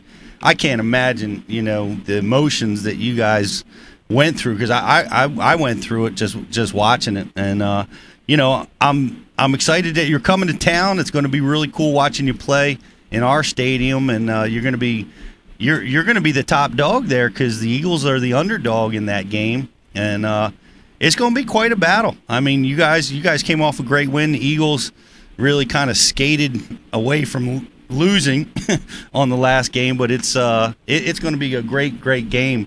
Who you picking? Well, let's be honest here. All the odds makers really don't matter when it comes to this game. And you know what? You guys got a really good defense up there. We know that, and we also know y'all like to establish the run. So we're definitely going to have our work cut out for us on Sunday. But you know what? I got to roll with the Minnesota Vikings. That's a surprising call. Surprising call. I want to make an analogy here, because I think it's a great time to do it, between football and fishing. Professional football, professional fishing. I hear it all the time, Pete. We deal with this all the time. People, basically saying in professional fishing, it's all luck, right? It's all luck. It doesn't matter. You can fish 300 days a year. At the end of the day, if you win an event, catch a big one, it's all luck. Skill doesn't matter. I hear that so much. I see an analogy here. Did any luck play? Because I know the answer. In fishing, there is no luck. Do you get that in football, Brian? Do you get that at all? And did you get that in that game? Were there people saying this was a lucky moment? I don't think that's true, but do you get that? Well, I think here's the deal. I mean, at the end of the day, I'd rather be lucky than good any day of the week. Yeah. But I mean, definitely, you have to. The thing about it is, we have never been on the right side of that type of ball game. And this time, I think what really stood out for us, and you know how it is, Mike, when you go in and you pre-practice and you put in all this hard work and you practice different situations, and it's the same thing with us on the football field. We practice these situations throughout the offseason, throughout training camp. So when you get put in those situations, you're comfortable. You know what you need to do in order to win a ball game, and that really was one of those deals that stuck out yesterday for us. I mean, obviously we got a little lucky with the guy missing the tackle and stuff like that, but at the end of the day, it was still a play that we called up based on the situation that we had practiced before. Yeah, absolutely, and that's basically the same answer I give in different contexts. Dude, there's luck in anything in life, Pete. Dave, there's luck in anything in life, but at the end of the day, it's your hard work, it's your preparation that gets you to that point. Hey, Brian, it's Dave. How you doing? Good. How you doing? Hey, let me ask you, did you guys review the game film yet today? Yeah, we watched it today when we went into work. How many times did you guys loop the missed tackle? Well, we didn't do it because we were watching the defensive tape. But here's the deal. We were actually a little disappointed in ourselves watching that ball game today, because we realized that if we make a play here, we score again, we stop them and get off the field one time, that game is a totally different ball game. It may end up being a blowout. So, but you know what? That's hats off to Drew Brees and that football team over there. They fought back, and they ended up being one for the ages, no doubt about it. Well, you sure did a hell of a job shutting them down in the first half. They couldn't do anything with you guys. Yeah, we knew they wanted to get the screen game going and be able to run the ball. We were able to shut that down and kind of put them in a situation where they had to pass the ball. And they made some adjustments at halftime and came back out. But you know what? We're gonna have to do the same thing this week. We know Philly likes to run the ball, so we're gonna have to get after it a little bit. Well, I think you guys are going to get lucky with the weather. I heard the game time forecast. I mean, it's been freezing down here. I think it's going to be in the mid-50s for your game. So wow, yeah, that should make every passing game and a lot of things could come alive. Yeah, warm like that. Here it goes. Mid-50s, little bit of cloud cover, falling barometer. You know what happens when those conditions are around? Them fuckers bite. I know exactly what happens when conditions are around. You shouldn't be on a football field. All right, speaking of conditions, I want to switch gears. Brian, tell me a little bit about what do you got coming up in 2018 from a fishing standpoint? You know, I'm gonna fish what I can. Obviously, I've got my foundation tournaments that we've been setting up and getting everything rolling for that. So we've got our Rayburn tournament down in Texas, March 29th through 31st. We've got our Minnesota tournament up here in Minnesota, June 15th through the 17th. So that'll be a big priority during the off season. But I'll probably go to the Classic again. I'm probably gonna hopefully fish maybe a Texas team trail or two, maybe some bass champ events and stuff like that. So, and then just go out, man, and do some fun fishing. So I mean, that's kind of what I got planned for this off season. That's awesome. And you know, if by chance you guys do win the Super Bowl, I have to tell you that a Super Bowl ring makes a tremendous Carolina rig weight. Well, and I'll need it because I think there's a FLW Costa event that's going on down there. So I mean, it'd probably be one using a Carolina ring Super Bowl ring. So no doubt. You'll be the only one in that tournament doing it. So Yep. Always got to find something different, right? It makes that special clacking sound. It does. It says all the Like diamonds. Got a little flash to it. Yeah, a little flash. Yeah, Lots of flash. it's all the diamonds. And they actually put on a Super Bowl ring. We actually know the guy, Dave Smith, fellow fisherman, makes all the Super Bowl rings. Yeah, Same guy that makes the classic rings. They're built a lot the same, except the Super Bowl ring, they use real diamonds and 24 karat gold. And the Bassmaster Classic ring, it's moissanite and 5 karat gold. So yeah, so pretty much the same thing. Pretty much the same thing. But I mean, it's basically the difference between lead and tungsten, right? Right. It's just softer. Come across the bottom. That's right. Well, Brian, I tell you, thanks for coming on. I'm so stoked for your win, and I'm so stoked to watch this game coming up this weekend. I don't know, Pete. Can you remember the last time you were as excited about this game?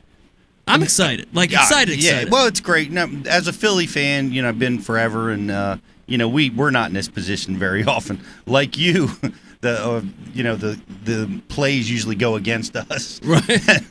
and it doesn't work out. But it's going to be awesome. It's really awesome for me personally, knowing somebody that's playing on the Vikings team. I'm going to be rooting for the Eagles, of course, because I have to. But I'll be watching you play. I wish you the best. And either way, I mean, we win because. Either Eagles are going to the Super Bowl or one of our buddies is going to the Super Bowl. So it's a win-win. Win-win. Well, let me say this, man. I have been very overwhelmed the last couple of days of as a football player and a fisherman outside of football. I've been very overwhelmed with all the support that I've gotten from the fishermen. Both on the bass side, the elite guys, and as well the FLW Tour guys. I mean, it's just been overwhelming, the support that I've gotten from them. And I appreciate that very much. I appreciate you guys, and I hope you guys are still a little sad next week. Well, the tape will tell. And we'll definitely try to see you, Brian, at the Classic this year. Hope to see you there. Yes, sir. We'll see you. You got it. Have a great game. Good luck. Bro. Thank you, guys. Thank you. Wow, that's awesome, man. It's awesome. That's big. This is a big moment for him, man. Big moment. That's a huge moment. I mean, in any pro's career, I mean, you just don't get a chance to go to the Super Bowl every year. Nah, it's like being in contention on the last day of the Classic. Well, it's like nobody qualifies for 17 Classics in a row. Nobody makes the Super Bowl. Right. That much. It's like catching a 9.5 pounder 10 minutes into the tournament morning and not catching another fucking keeper the rest of the day. Sort of like that, but different. You know what's funny? I got to tell you, I saw, it's funny that this is all coming full circle. That day I got off the water, dude, I was beside myself, you know, because I caught two fish early and then couldn't do anything else. And, you know, when you're that pissed off, dude, you just don't want, you don't want anything to do with anybody. I'm internalizing what happened, the mistakes I made, and I opened the car door to like go back and put the trail. This is like I pull out of the water. I know it's over. I know I'm done. Yeah. And I'm pissed off. And the first I open the door and I'm like, oh great, it's a fan. I got to talk to a fan. I'm thinking that just not because I don't like the fans, because I'm mad. And it's Brian Robinson and his son. Oh, Brian Robinson? Yeah, and his son were there, and they were the first people I saw when I pulled out of the ramp. Oh, is that right? Yeah, and he actually brought me back to reality a little bit. It was cool. I mean, I still punched the screen to my radio and everything, but, you know. Did you? It was nice. Yeah, it was nice. He brought me back down to reality like, it's not the end of the world. You know what I mean? It's like, just didn't happen. Plus, you don't want to make that guy mad. Nah, you don't want to make that guy mad. Right. That could be trouble. That could be trouble. He's a big guy. Speaking of big giant guys, man. Yeah, he's sitting next to him to interview him. I mean, like you made this comment before, like NFL athletes are a different breed. I mean, they're structured different than regular people.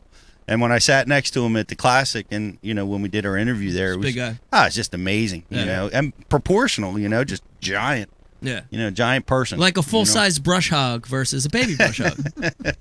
Kind of like that. Exactly. Yeah, it was Pete's size, but muscle. Right. Wondering how long it would take for that to come around. That was from that comment during the first section. Yeah, rip it on his It brought it all back. All right, we got another guest coming on. We're going to keep it rolling, and from one champion to another. Thank you very much. Thank you very much. We've got a guest we've had on the show before. Great friend of everybody's. Great friend of the show. And perfect for a kayak special. Ron Champion joins us, everybody. Hey, Ron. What's cooking? Eric, talk for him. Go. I couldn't hear you either, though. That's the funny thing. Jesus God. Those are the first words I've spoken. We can't hear all night. Ron. We can't hear Eric. Oh my God. All right, Dave, be Ron then. Somebody be Ron. Well, he's off the screen Oh, now. he's off the screen. Hey, you know what? While we're waiting to see him up, we didn't even mention, he mentioned the Costa. It made me think about that angler that lost his life. We need to talk about that. Yeah. If Brian wasn't rushing me through the entire show, we would have talked about that.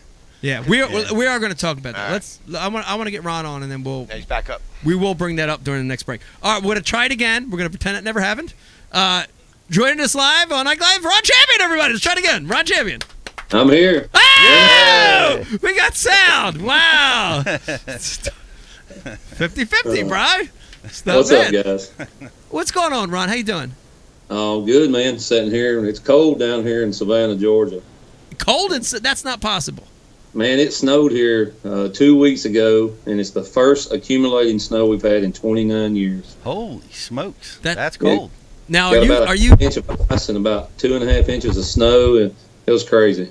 Wow. Now, are you chipping? I see these images coming from South Florida where the guys are chipping out alligators and snakes and fish out of the ice. Are you chipping stuff out of the ice? I ain't chipping no alligators out. Man, they're everywhere down here, man. Whew, I'm a Tennessee boy, and when I moved here a little over 2 years ago, man, there's gators in every hole down here. It's crazy. Wow. That's so unusual, Pete. It's been such a weird winter to have these big drifts of cold going that far south. Yeah, it's gonna. I wonder how that's gonna play, right? Because we got a lot of big tournaments coming up all across the country. Water temperatures are looking like, they're gonna be lower than they would normally be on those times of year. With all this cold. We even have icebergs floating down the Delaware River right now. That's true. No, that's true. Yeah, these Florida and South Georgia fish and Florida fish, they don't like cold weather. I've got a big tournament. I leave out Wednesday. I'm going down to Florida, the 10 championship. Trying to go win that again. Me and a buddy of mine, we tied for the 10 championship last year. Mike, you was there down at Bienville. Yes. Yeah, I think you went down there and you whooped up on Hoover a little bit. Yeah, I had to. He was talking so much smack. He said my kayak had tan lines on it. I had to go down there and teach him a lesson. Yeah, you taught him one, all right. Well, we'll be down there this weekend. I leave, like I said, Wednesday, and hopefully I can go down there and win that tournament outright this year instead of having to be a co-champion as last year with the tie. So it'd be it's the top 10 guys in points in KBF, and then the winner gets to go back and compete and you got to dethrone the champion, and I've got that last name, so they can't never take that away. Now, I want to know, having fished it last year, is that something you're going to use? Are you going to use that knowledge, same patterns, same techniques, or are you going this year with it being a different kind of weather and just approaching it with new eyes? Well, I'll take the knowledge of the area, but they actually moved us to a different lake. There's multiple lakes down there, so we're not fishing the same lake that we fished last year. That way, was no extra advantage for the new guys that were coming in. But I mean, it's those are those mining pits. It's all strip mines and stuff, and it's like a corn maze out there. You think you're going somewhere, and then you hit a dead end. You got to turn around and find your way through it. And so the lake that we're on is really it's a labyrinth of little canals and channels, and so it'll be we get a day and a half to go out and just take our. Of course, I'm in the Hobie, so I'm paddling around everywhere. I'll be trying to learn the lake and learn where I'm at, where I'm going.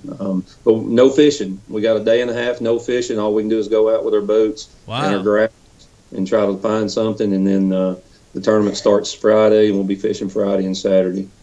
Wow. That's interesting practice period, Pete, with no fishing, just scouting. Yeah, I mean that is like super. It's what you do during the pre-practice round, right? But are you what are you rocking? Side imaging, 360. What are you working with out there? I've got the Lowrance, the TI9, so it's a total scan. So I'm shooting down, side, sonar. It's just like if you were in your bass boat, and I'm out there. It's those mining pits, so there's a lot of soft bottom. So I'm looking for those hard bottoms, those areas where those fish might stack up. Especially, when these cold weather fronts come in, they like to get in some of these deep holes, and if you can find them, they'll usually be grouped up, and that's how I did well last year and ended up, tying for the championship. I found my fish deep. There was beds everywhere. I mean, thousands of beds, but there wasn't a lot of fish on the beds. I think a lot of fish started pulling up last year, and then we had cold weather, and they kind of just backed off. And but the weather improved while we were there, so some of those fish actually pulled back on them beds. I fished deep. I stayed out in the middle of the lake, and I fished. You could have probably took a blanket and laid it across the area that I was fishing. I pulled 10. Well, I caught about 35 fish off that one spot, but my 10 best was 195 inches. Wow. 10 fish. So that's almost a 20-inch fish average. Yeah, that's good fishing. Yeah. 22 inches. Yeah. You had some. Correct me if I'm wrong, but you had some giants off that spot. I remember hearing like big fish. I caught. Man, I lost the biggest fish I had of the whole weekend there. I fought that fish for 5 minutes. I never could turn that fish. Wow. He finally came up one time and boiled, and then got me hung up and went back down. It was well over a double digit. I mean, I've got 11.41, my biggest, and it was bigger than it. It was a giant. So then he got me hung up, and I fought it. I kept trying to get him on. I don't know what, it was hung up on the bottom, and it broke me off, and then I retied and threw right back in that same spot, and I caught a 23-incher, and I now pulled in like a 22 off of it, and it was crazy, man. There for about 2 or 3 hours, they were feeding hard, and they were stacked in there. So I hope to find something like that, this week. I go down there. It'd be nice to find a group of fish like that deep. Yeah, I love the deep fish in Florida because they don't get as much pressure. They just simply don't. Well, the weather seems to be conducive to, deep water fishing down there. So, we talked a lot about the kayak community and how social it is. Are you going to be posting the waypoints from your winning spot from last year? Well, they moved us. So the lake that, we fished last year, they're actually holding an open event for anybody can come in and fish it. There'll probably be somewhere around 100 anglers fishing that lake. I've had a few people reach out to me already and say, hey, last year. So they own their own on this one because I may be back on that lake, next year. Who knows? And so, but there's good fishing. I mean, those lakes like that, I mean, you can catch a 10-pounder at any cast down there at Bienville. It's an amazing place to fish.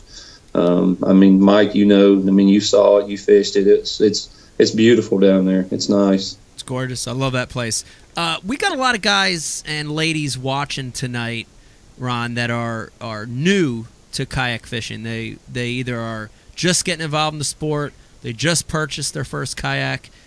Give them one tip on how to become a more efficient kayak angler, because I know that's a big issue for a lot of newcomers to the sport, is being efficient. Give them one tip to be a more efficient angler in a kayak.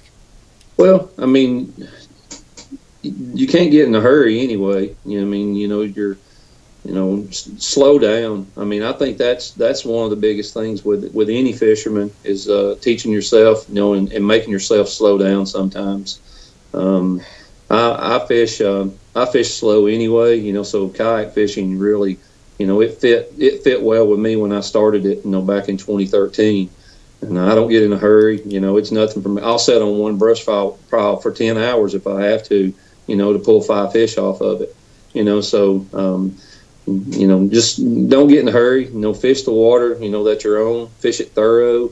It'll make you a better fisherman, kayak fishing will. I mean, you can't cover a lot of water anyway. You can run and gun some, but you figure 5 to 6 miles in one tournament. That's about probably your normal. If you're going to go 2-3 miles one direction, fish your way back. I've done 16 miles before in one tournament, but it was 5 miles just to get to my fishing ground, and then 5 miles back. So that's what took a lot of that up. And don't leave fish to find fish. They're there. Fish them hard. If they're there and they ain't biting, keep changing baits up. Keep changing, the way you're working that bait. The action to it. And the Bienville tournament last year. I mean, for 2 days I sat on that one spot. 2 days. I didn't leave it, and I caught 35 plus fish off that spot. They're there. Especially this time of the year with weather patterns like this and these cold snaps come in. You got to slow down anyway. Scent plays a big role. I know y'all were talking about that earlier. It's yeah. I mean, just take your time, man. Fish slow, fish hard. That's awesome. Now I know. So you're leaving this weekend for the 10 championship. I have a note here that you got another one coming up at the end of March on Kentucky Lake. What's the deal with that one? That's the big one, man. That's the national championship. There's going to be over 800 anglers already prepaid, already signed, already paid their entry fee. So imagine 800 kayak anglers on Kentucky Lake. That's going to be a big one. First place is going to pay $100,000. Wow. Wow. That buy a lot of baits. Wow. Wow. Now, so let me do the math here. $100,000, 800 anglers. Yeah. The end of March on Kentucky Lake. There's probably about 10 or 20 other bass boat tournaments going on during the same time. A lot of people on the water. Is that going to be a lot of people? Is that going to be an issue for you guys? I mean, again, with kayak fishing, you're on our tournaments, you have to launch from a public location. It doesn't have to be a ramp. It could be a dead end road on the river or anywhere, but it still has to be public access. There's limited public accesses on Kentucky Lake. Right. So you put 800 kayaks on there, even Barkley's included in that.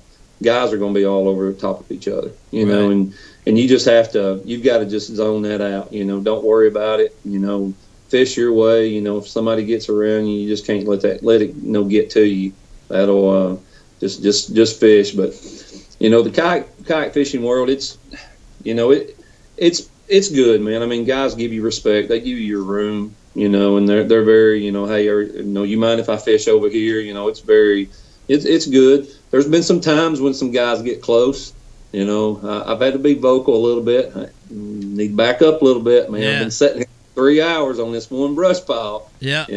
Overall, it's. I mean, you just gotta go with the flow, man. Guys are going to be all over each other on that tournament. That's a lot of kayaks on one lake. I don't care how big the body of water is. That's a ton. It's a ton of kayaks. It's going to be a ton of bass boats. Let me just put you on the spot, Ron. What are you going to do when Jacob Wheeler pulls up on you? Bring it on, baby. Bring it on.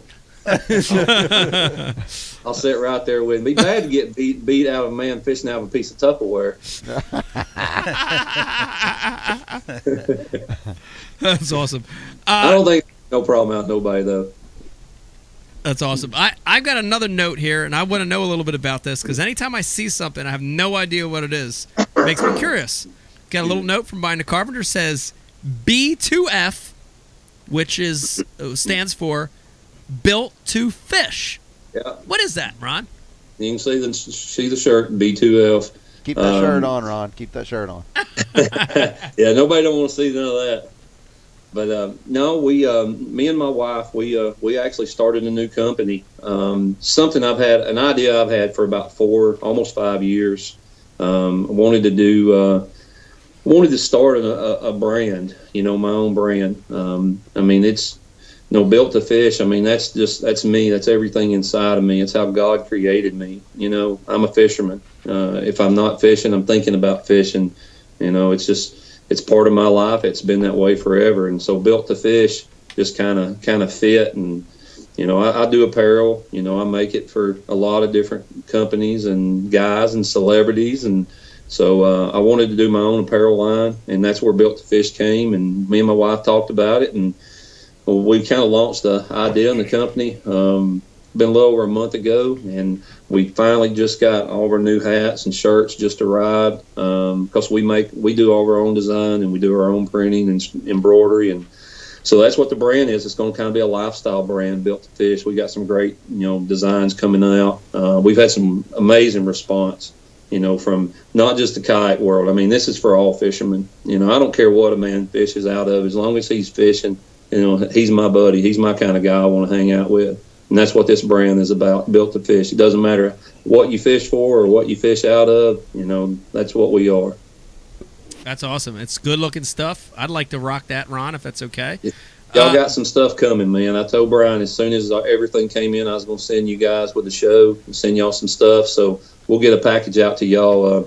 It'll be next week. I'm going to go down there and win that tournament this weekend. So when I get back, I'll mail y'all some stuff out Monday. Hey, Ron, I just want to say, send that package to me because if it goes to Mike, I get a third of it, maybe. Yeah, I'll give him the wristband, and I'll keep everything else. Yeah.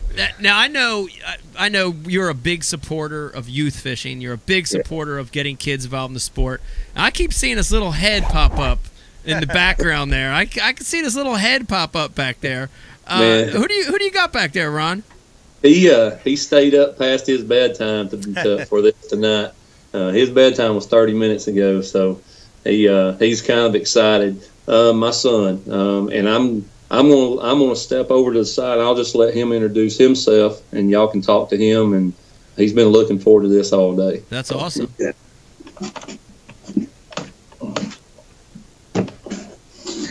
How you doing, young man? I'm good. What's your name? Branton. Branton, good to meet you, Branton. Now, I need to know, you've had to have been fishing for a long time. You're young. How old are you, by the way? 11. 11 years old, only 11 years old. Do you remember the first time you went fishing? How old were you?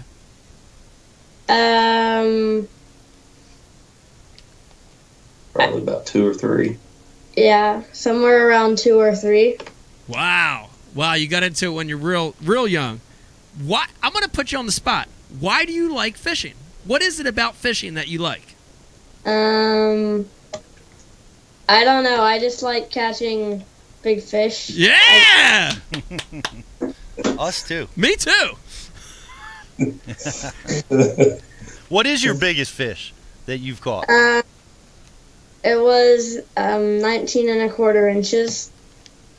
Wow. Largemouth. Yeah. Awesome.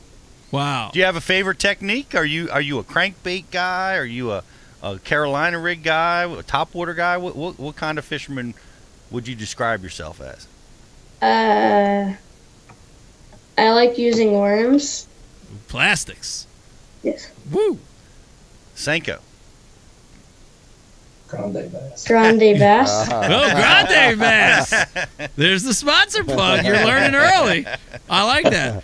Now listen. I have a note. I have a note here that the first youth tournament you ever fished, you won.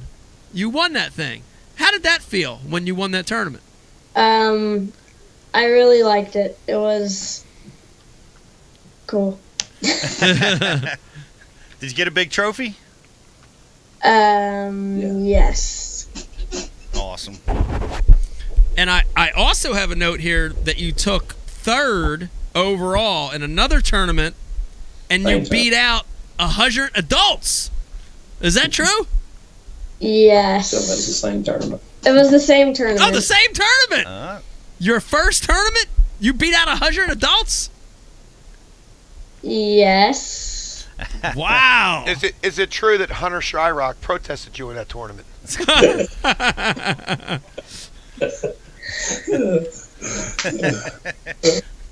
Apparently not. It's apparently not.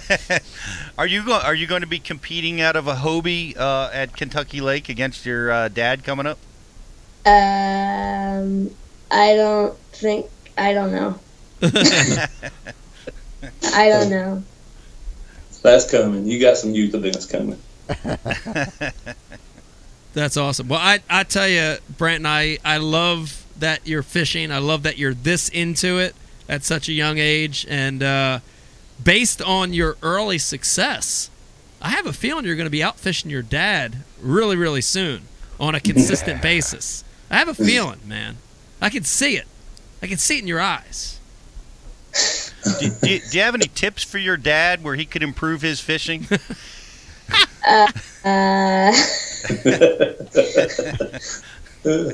Brandon, do you know how to go get your dad's waypoints off of his Okay, I'll tell you if you don't know how. I'll tell you. Okay, so go out there and you power it up. You hit power. You'll see Lowrance flash, and then it'll come on, and then you hit OK. And then when the menu pops up, hit menu. Go all the way down to files. Hit enter on files. Then when files comes up, go down to waypoints. Enter on waypoints. Then you put in your little micro SD card. Just push it until it snaps. And then once it hits there, put export. Once you push export, put export to the little tiny card. It'll be on the right or left-hand side. You can name it Ike Live Show and then stick it in the mail and send it to Brian. I can still ground him for the rest That's of the his actual life. way to do it. I'm just telling you. Nice class on espionage. I know. Well, Brant, listen, thank you for staying up with us past your bedtime. It was great talking to you. Very inspiring to see a young man like you get into fishing and have a lot of success at your age. So congratulations and good luck in 2018. Wish you the best. No, thank you. Thank you. You're welcome. Good luck, little man. All right, you go to bed. I love you. That's awesome. That's my boy. Y'all gonna son get would've that boy stayed in up, trouble. too. Yeah. Yeah. Now, Ron, you know what's going to happen when you come back from work tomorrow. He's going to be on your Lowrance unit, downloading the little SIM card. He's got his own pro angler out there. You know, we so lost sound. We lost sound. Yes. Ron, we lost your sound. Okay, bro. hold on. We lost sound. I'm going to say this. Ron, thank you for joining us on Ike Live. Good luck. Wish you the best. I want to see you win. Hold on. Ask him that one question, and he can answer it with his hands. Okay. The question is, hold on. I have it here somewhere. Okay. Answer this with your hands, Ron. How happy were you when I beat Chad Hoover and made him shave his beard off? on a scale from 1 to 10. How happy were you? 10! 10! And there you have it. Ron Champion, everybody. Good luck, Ron. Thank you, buddy. Thanks, Ron. Dude, his hands like a gorilla feet. I know. Like a gorilla foot. You ever see like them things, man? That was scary. Eric the intern, what you got cooking back there? I think this is the first time we can hear you all night, so, by the way. what's up, guys? Eric the intern. But anyway, before we move forward, there's a string of comments that we really need to address. All night long. This has been a hot topic on the IM board. All right. Dave feels well, they came Dave, out and looked at me, listen, both of them, individually. So go ahead. Just listen. Is Dave wearing skinny jeans? Yeah. Is Dave wearing... all right, hang on. There's more. Is Dave wearing yoga pants? Is Dave wearing tights? Oh! Did Dave have his legs painted in latex? Pete, you want to trade seats? Are those yoga pants part of the community? So Dave, what are they? Are they tights? Are they yoga pants? Are they late? These guys are brutal, man. So for you buffet chomping fatties out there in the athletic world, we don't wear baggy sweatpants anymore. These are Under Armour, very cold gear type athletic clothes. Yes, I'm looking at them on screen. They look bad. They don't look as good as they do. I'll give you that. All right. You know, I did not. Yeah, they don't look that good. We just needed to address that. Do you want to stand up and? Yeah, I'll stand up, Brian. All right. Look, nothing wrong with these things, man. Look at that. All right. Athletic pants. Oh, shit.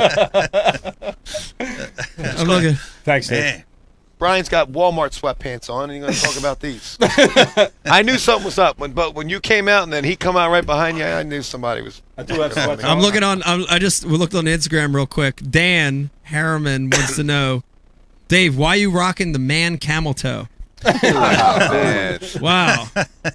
Man, Dad beat me up tonight. Man toe. Feeling bad. He's sick. He's beating him down. Nah, that's all right. You know what? I didn't even think. All right, listen, Brian Carpenter. Here's what we're gonna do. I think take a little break. I feel like we got a break coming, and when we come back, I want everybody watching and listening right now, hang in there with us, because when we come back, Pete, we're gonna start giving away these prizes. Yes. And we got some big ones. Yes. Coming up for all you kayak guys, all you Hobie kayak guys watch tonight. We've got an H crate that we're giving away. We've got a great trivia question for that. We've got an amazing Hobie inflatable PFD, beautiful piece of equipment, and a PA-14 every 10 minutes. No. Good thing your mic was off and we didn't hear you. It was on. So hang in there with us, and when we come back, Pete, we're going to be doing trivia. I got something else for Keaton. We've got Chris Payne, and then we have a very, very special guest to close out the show. Another guest? A very special guest to close the show out tonight. He's going to bring it. It's going to be amazing. It's going to be great. It's going to be awesome. Hang in there with us. When we come back, more Ike Live.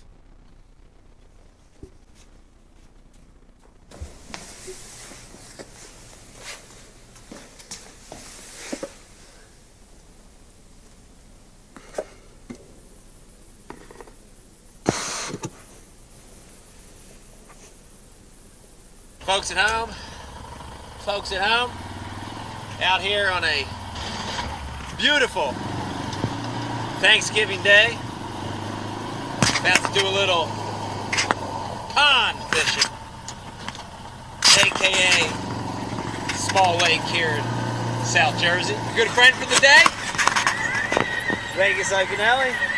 He's got his truck.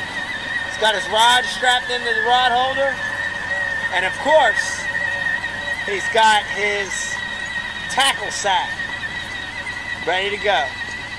Vegas, you ready to catch some fish?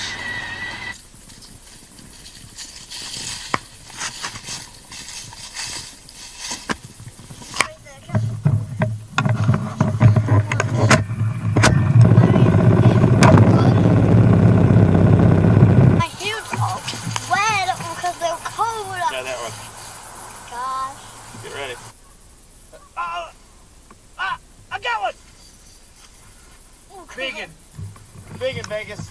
Oh, God, biggin. Take your time. What is that thing? Oh, my gosh, it's a giant crappie. Let's say a swing. Oh, God. See that, bro? Show it to him. Get pumped up. Yeah. All right. Vegas, Vegas! Oh, God! Oh, come on! You can never turn your head. You see what happened? Back. Really second. Oh, God! Bigot! Oh. Bigot! Get him out of that brush. Oh, my gosh. Real. Keep the pressure. That's it. Pressure. Oh, it's a giant. Take your time. This is a giant, Vegas. Take your time. Oh, my gosh. Take your time. Oh, bro! It's a giant! Oh, my God. Take your time. Bring it to me. Bring it to me. Easy. This is the biggest crappie I've ever seen. It's seriously the biggest I've ever seen. Shit, take your time. Oh! No! Hold right to that. Right to. Oh my God! Yeah! Yeah! Oh my God, Vegas! Come to me! Look at me! Kiss me! Oh my God! Would you look at that thing? Dude, that might be a lake record. I'm not kidding you. You may have caught a lake record right there. Oh my gosh. All right, here. All by yourself. Hold him. I want to see you take it out all by yourself.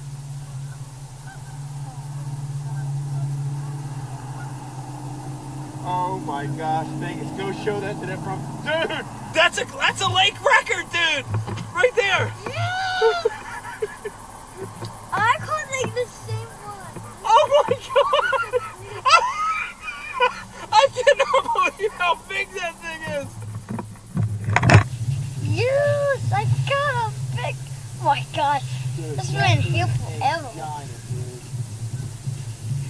Man, I caught all by yourself. biggest crappie. Oh my God. That's a lake record. All right, let's do our release. I'm gonna tape it right here. Take your time. Put him in. Watch him swim away. Ready?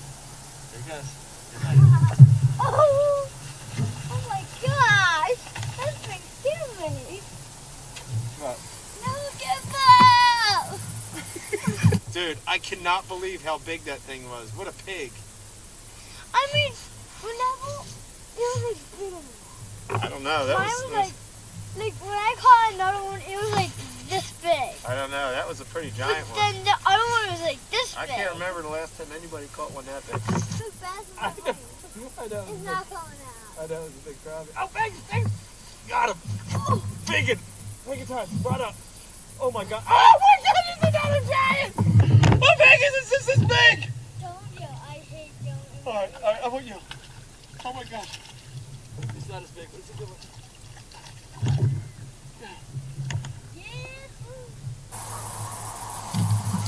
Woo! See you later. Big ball. Ow. Here we go. Look at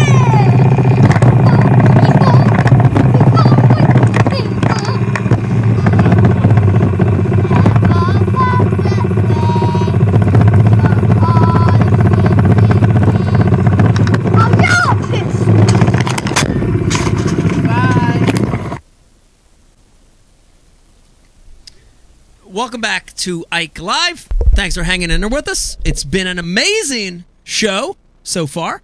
This is the kayak special. We've been talking kayaks all night with Keaton and Ron. Also had an amazing football player on tonight, Pete. One that's going to get beat by the Eagles. The enemy? The enemy. Earlier in the show, Mr. Robinson. And now I will tell you, we got a lot of show left, Pete. This is incredible. It's one of those ones you feel like we've been on for 4 hours, but we got a lot of show left. I think we will be. We do. We got a lot of show left. Hey, you know, I want to make a quick mention. Yes. We talked a little bit about sonar and electronics and Lowrance and how to download waypoints. I want to welcome Lowrance to the Bash University family. Welcome, Lowrance. We're very pleased to be working with Lowrance this year. We're going to be teaching people how to use their sonar from beginners to advanced. That's what we do at Bash U. We're going to be doing it with Lowrance products. Very, very excited. They make some amazing stuff, and that's new for this year. So, thank you, Lowrance. Thank you, Lowrance. It's pretty amazing. I want to do this. I know everybody's been waiting for some of these awesome prizes we have tonight, Pete. And I want to go ahead and do the first of a few trivia questions that we have tonight. I got one here. Okay. Is Dave dressed for Zoolander 2? Dave, are you dressed for Zoolander too? True or false? True. True. Yes. Dave, whoever just asked that, go ahead and put your information through. You just won a prize. Tackle Warehouse gift pack to that one. I'm perfecting my new look. No, remember how he had blue steel? Yeah. You're working on I got silk blade. That's funny. It's coming up, man. Brian's zooming in on your Of pants course there. he is. Dave. Yes. It's awesome. It's awesome. All right. So everybody listening and watching, and Brian and Eric, are we going to do it the normal way, right? We're going to ask the question. The first one that comes through the IM on IKELive.com, Yep. the first correct answer is the official winner. That is correct. Okay. And so here it goes. And for the Hobie H crate, which, by the way, is amazing. I love my H crate. The question is, who is the only two-time winner of Hobie Worlds Fishing? Who is the only two-time winner of Hobie Worlds Fishing? If you know the answer, send it through on the IM. First one to get it right, we're going to have you put your information through, and you're the winner of an H crate. Pete, how about that? That's very exciting. Just like that. It happens just like that. Do you know the answer? I do know the answer because I have it written down right in front of me. All right. I know. You do too? I do. I know. I don't have it written down, but I know who it is. Keaton, do you know? We had to do one easy gimme. Yeah. Now that's that. I mean, can you Google that? you could Google it, but Google that. but you have to know it because the dudes that are Googling it are going to lose. There's going to be somebody out there watching Just can that hit it knows right that now. can just. They would have done it already. He was a guest on Ike Live. You're right. Ooh, hint. Sub hint. He was a guest on Ike Live after Rick his James. most recent. Rick James. Kevin Rick Van James Dam. is incorrect, Oh. but Jethro. Jethro got it. Jethro? Steve Lassard. Correct. Jethro guessed Steve Lassard. That's correct. Jethro of Jethro Tull fame. You are the winner of an H crate. Jethro, please put your information through. Eric will not put it through, and we'll Or get send your it to address, you. and we'll ship that H crate to you sooner than later. Yeah. Hopefully. Hopefully. You never know. We're gonna do this too. We're gonna open up an MTB, which I think is really cool. I'm gonna get. We have 2 boxes open up tonight. But before we do that, I got something that we have to do. Uh-oh. I don't know if you knew this, Keaton, but when you're on the couch, every single guest that comes on in studio, every single guest that comes on the show that sits in the couch has to play the Ike Live Rapid Fire. Okay. Bring it. Ike Live Rapid Fire. Here it comes. And just to let you know, the only rule, Pete, there's one rule about that couch when we ask these questions, and it is the absolute truth. You have to speak the truth. It's like Wonder Woman's lasso. It's wrapped around your body. I'll test. Tight and hot. A lot of heat. Everything's wet. From my plugs. When the lasso's on you, you must tell the truth. Okay. Drum roll, please. True or false? Question number 1. True or false? Hobie Kayaks is now working on a brand new pedal drive system that bases its propulsion strictly on Jedi mind tricks. False. False! Okay, no Jedi mind trick. That's correct. That's correct. That one is correct. Had to go through thinking about non-competes and all. You know, Right. it's hard to answer those Right, and you things. guys have a lot of stuff in the Yeah, works, but yeah, that had to Jedi go- mind trick is not one. It's telekinesis, but it's not Jedi, so Well, it's you didn't have what to. portion you have patented. It's yeah. You get it. So, Yes. Okay. True or false? Another true or false for you. Patrick Sabile, who we just talked about. Mm-hmm. Of course, you met him. Told that story. Designer of the Magic Swimmer. Based that lure design off a Hobie kayak. True or false? False. False! That is correct.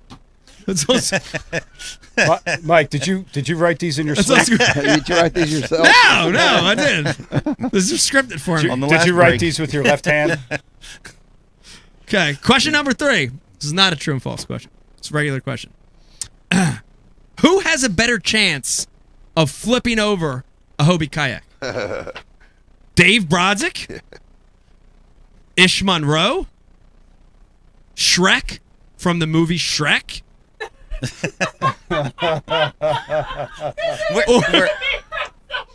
Or Shrek, what, from Smokey and the Bandit? No, You know Shrek what I mean? from Shrek. I gotta go back now. You're messing up my Sorry, flow. sorry. Who has a better chance of flipping over a Hobie kayak? Dave Brodzik, Ish Monroe, Shrek of the movie Shrek, or Hank Parker? That's actually a trick question. and the answer is all 4 of them. Ah, that's correct! would have to get in the kayak in order to flip it over. That's correct. What about Shrek from Welcome Back, Kotter? How are we doing? Shrek. Mr. Kotter, Mr. Kotter. He wouldn't flip it. He wouldn't flip it. But Dave, by the way, there's a little sidebar note. Yeah. It says the reason Dave would flip his head is so big. It says, on the answer sidebar. is nobody would flip it. They don't flip. That's right. They don't flip ever. You could fall out of it, but you're Right. going to flip it. Right. Okay. Question number 4. Is it true that at Hobie World 6, the Korean team launched a missile at the Chinese team? That is false. It's false. That is false. Something went down though. I remember something happened. That was the Chinese Taipei. Right. Yeah. I remember. Yeah, there was a little There's a scuffle little- amongst countries. We had a flag issue. There Yeah. was. It's like the Olympics. You know, Yeah. like Yeah. what we those 2 entities don't get along unless they need to get along. Then they get along, and we thought, well, why not just do what the Olympics do? And there was still some flag issues, a little bitterness and anger between them. What was the issue? Yeah, let's get deep. China doesn't recognize Taiwan as a country, Right.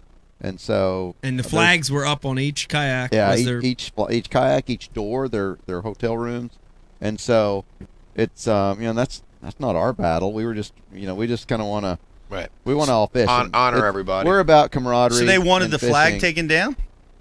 Basically, yes. Is that what Yes. happened? Yeah. You guys need an octagon.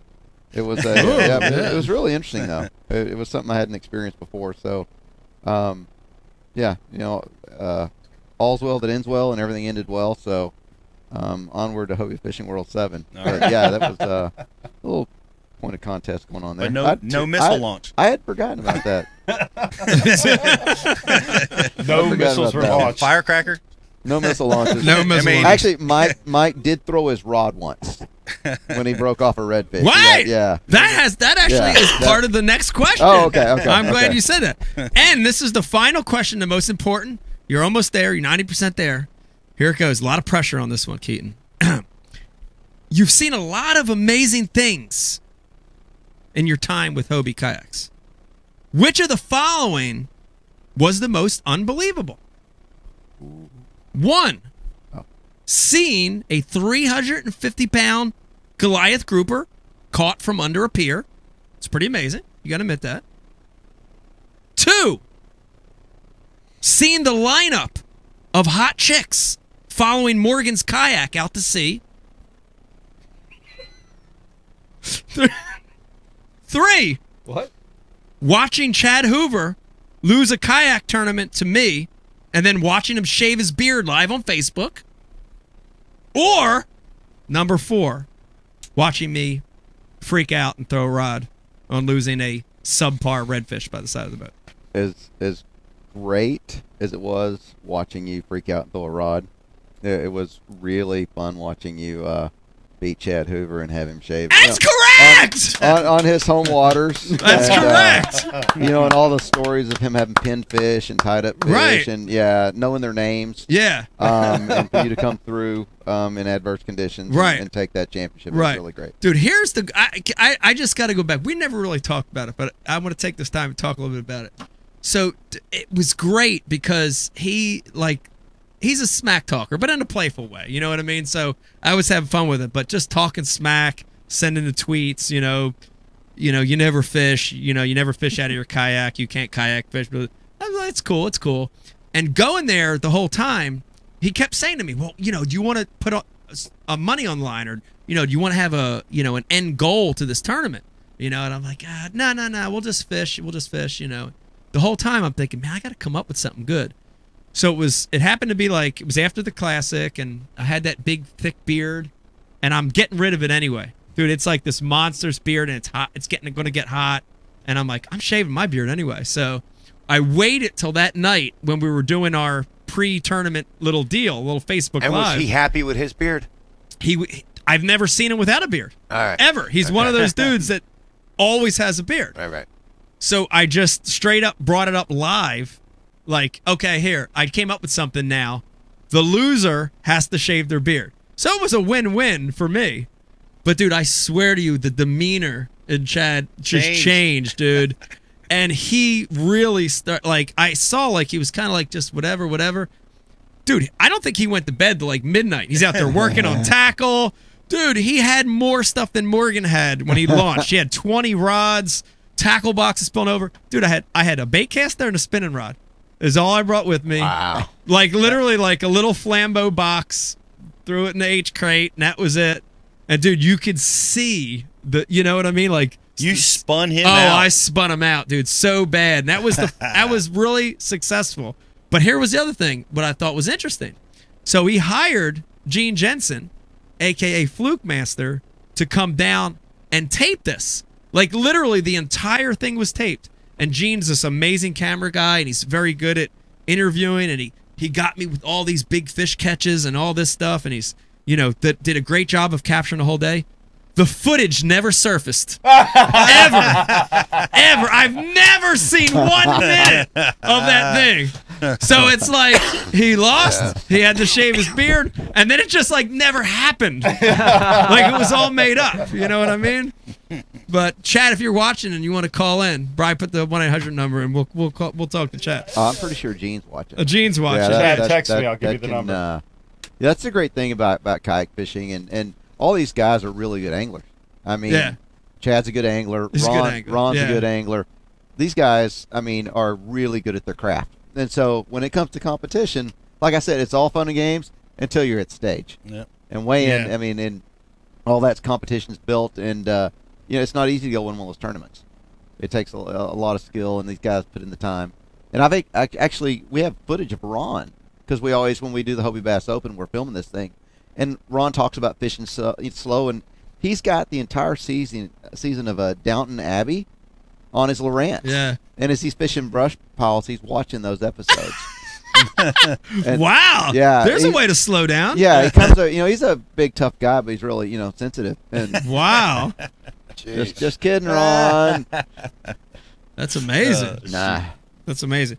All right, I'd like to do this real quick, Bri. We're just going to break up the flow of the show for 1 second. Let's do an MTB box unboxing. I think let's do it. We'll do one. Dave, grab one over there. We'll do one on your side, and Pete, me and you will share this box. As everybody watching knows, Mystery Tackle Box is the presenting sponsor of this show, and we are the only live podcast, Brian, that does an unboxing. That's right. That's correct, that right? we're aware of. Okay. All right, here we go. After seeing us do these unboxings, I'm surprised they want us to continue. All right, I love this. I love this part of it. To me, good point. This is the most amazing part of a Mystery Tackle Box unboxing, and it goes like this. It's the sound of that tape breaking. You ready? Here it goes. Listen. Did you hear that? Right? I'm going to do it on this side. The sound of that tape breaking. Here it goes. There it goes again. Okay, we've got that. And I'm going to go ahead and go in my box. And root around in there. I'm gonna. You know what? I'm gonna pick this one. I'm gonna pass it over to Pete.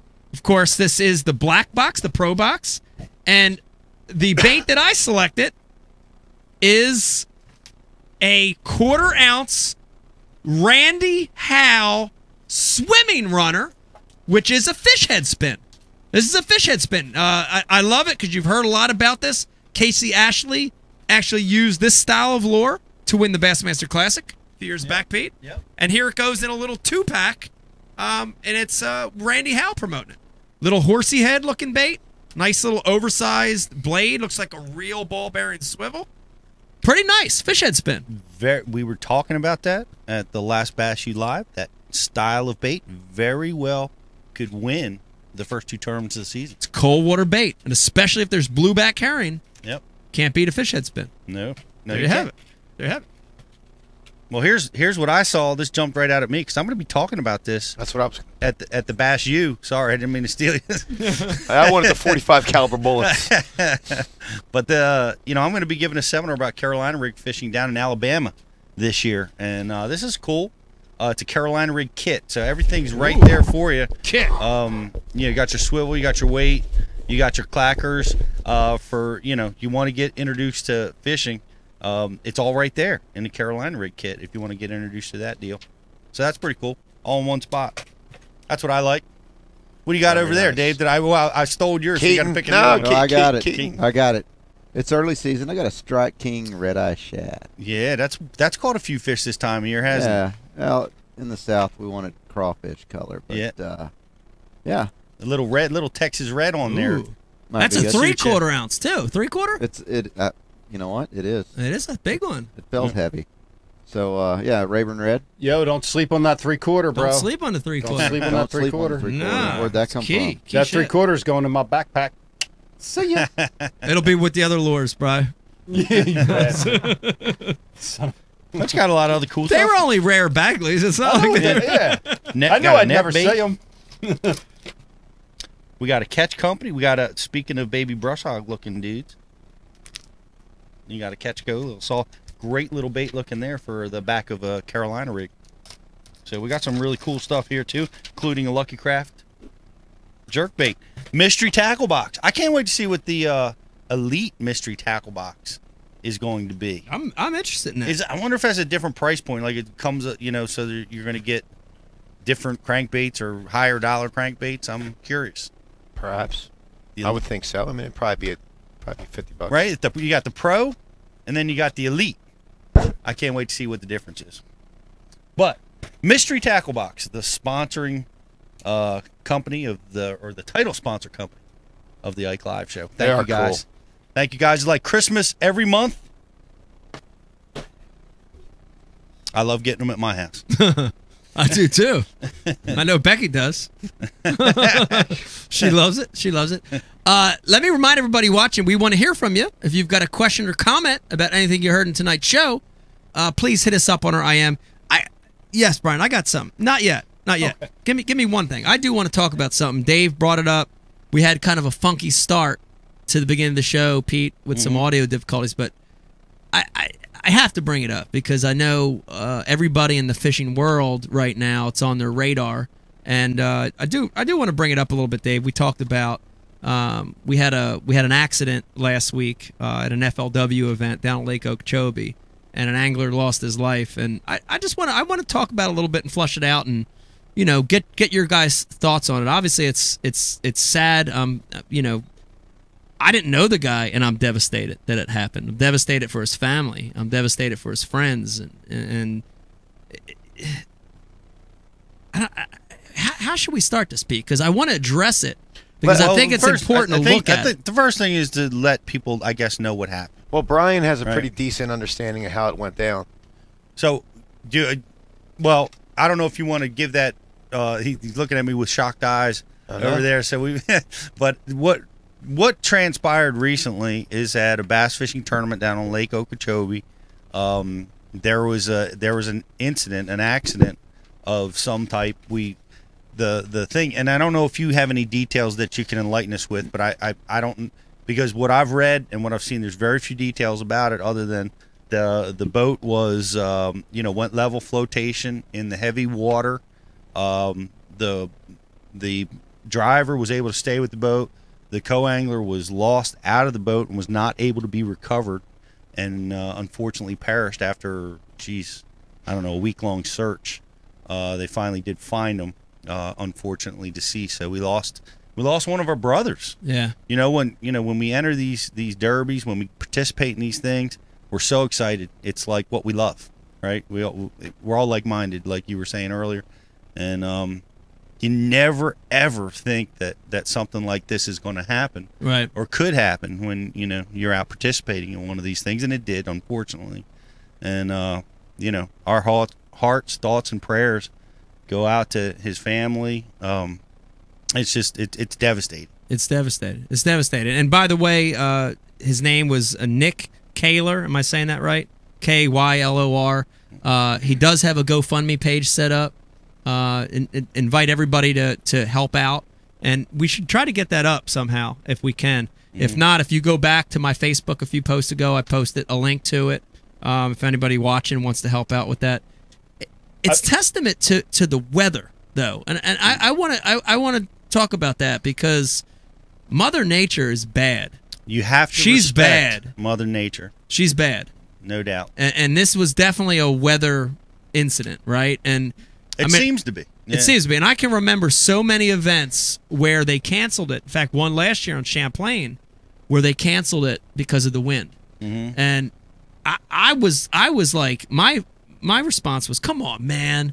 I've been in worse stuff than this. The wind's hardly not even blowing. Mm-hmm. But there's a lot of responsibility for a tournament director to say this is fishable or this is not fishable. They had small craft advisories that day. A wind coming out of the north. They launched out of Okatani. The guy who was running the South Bay, he made a decision to cross the middle of the lake instead of going rim ditch.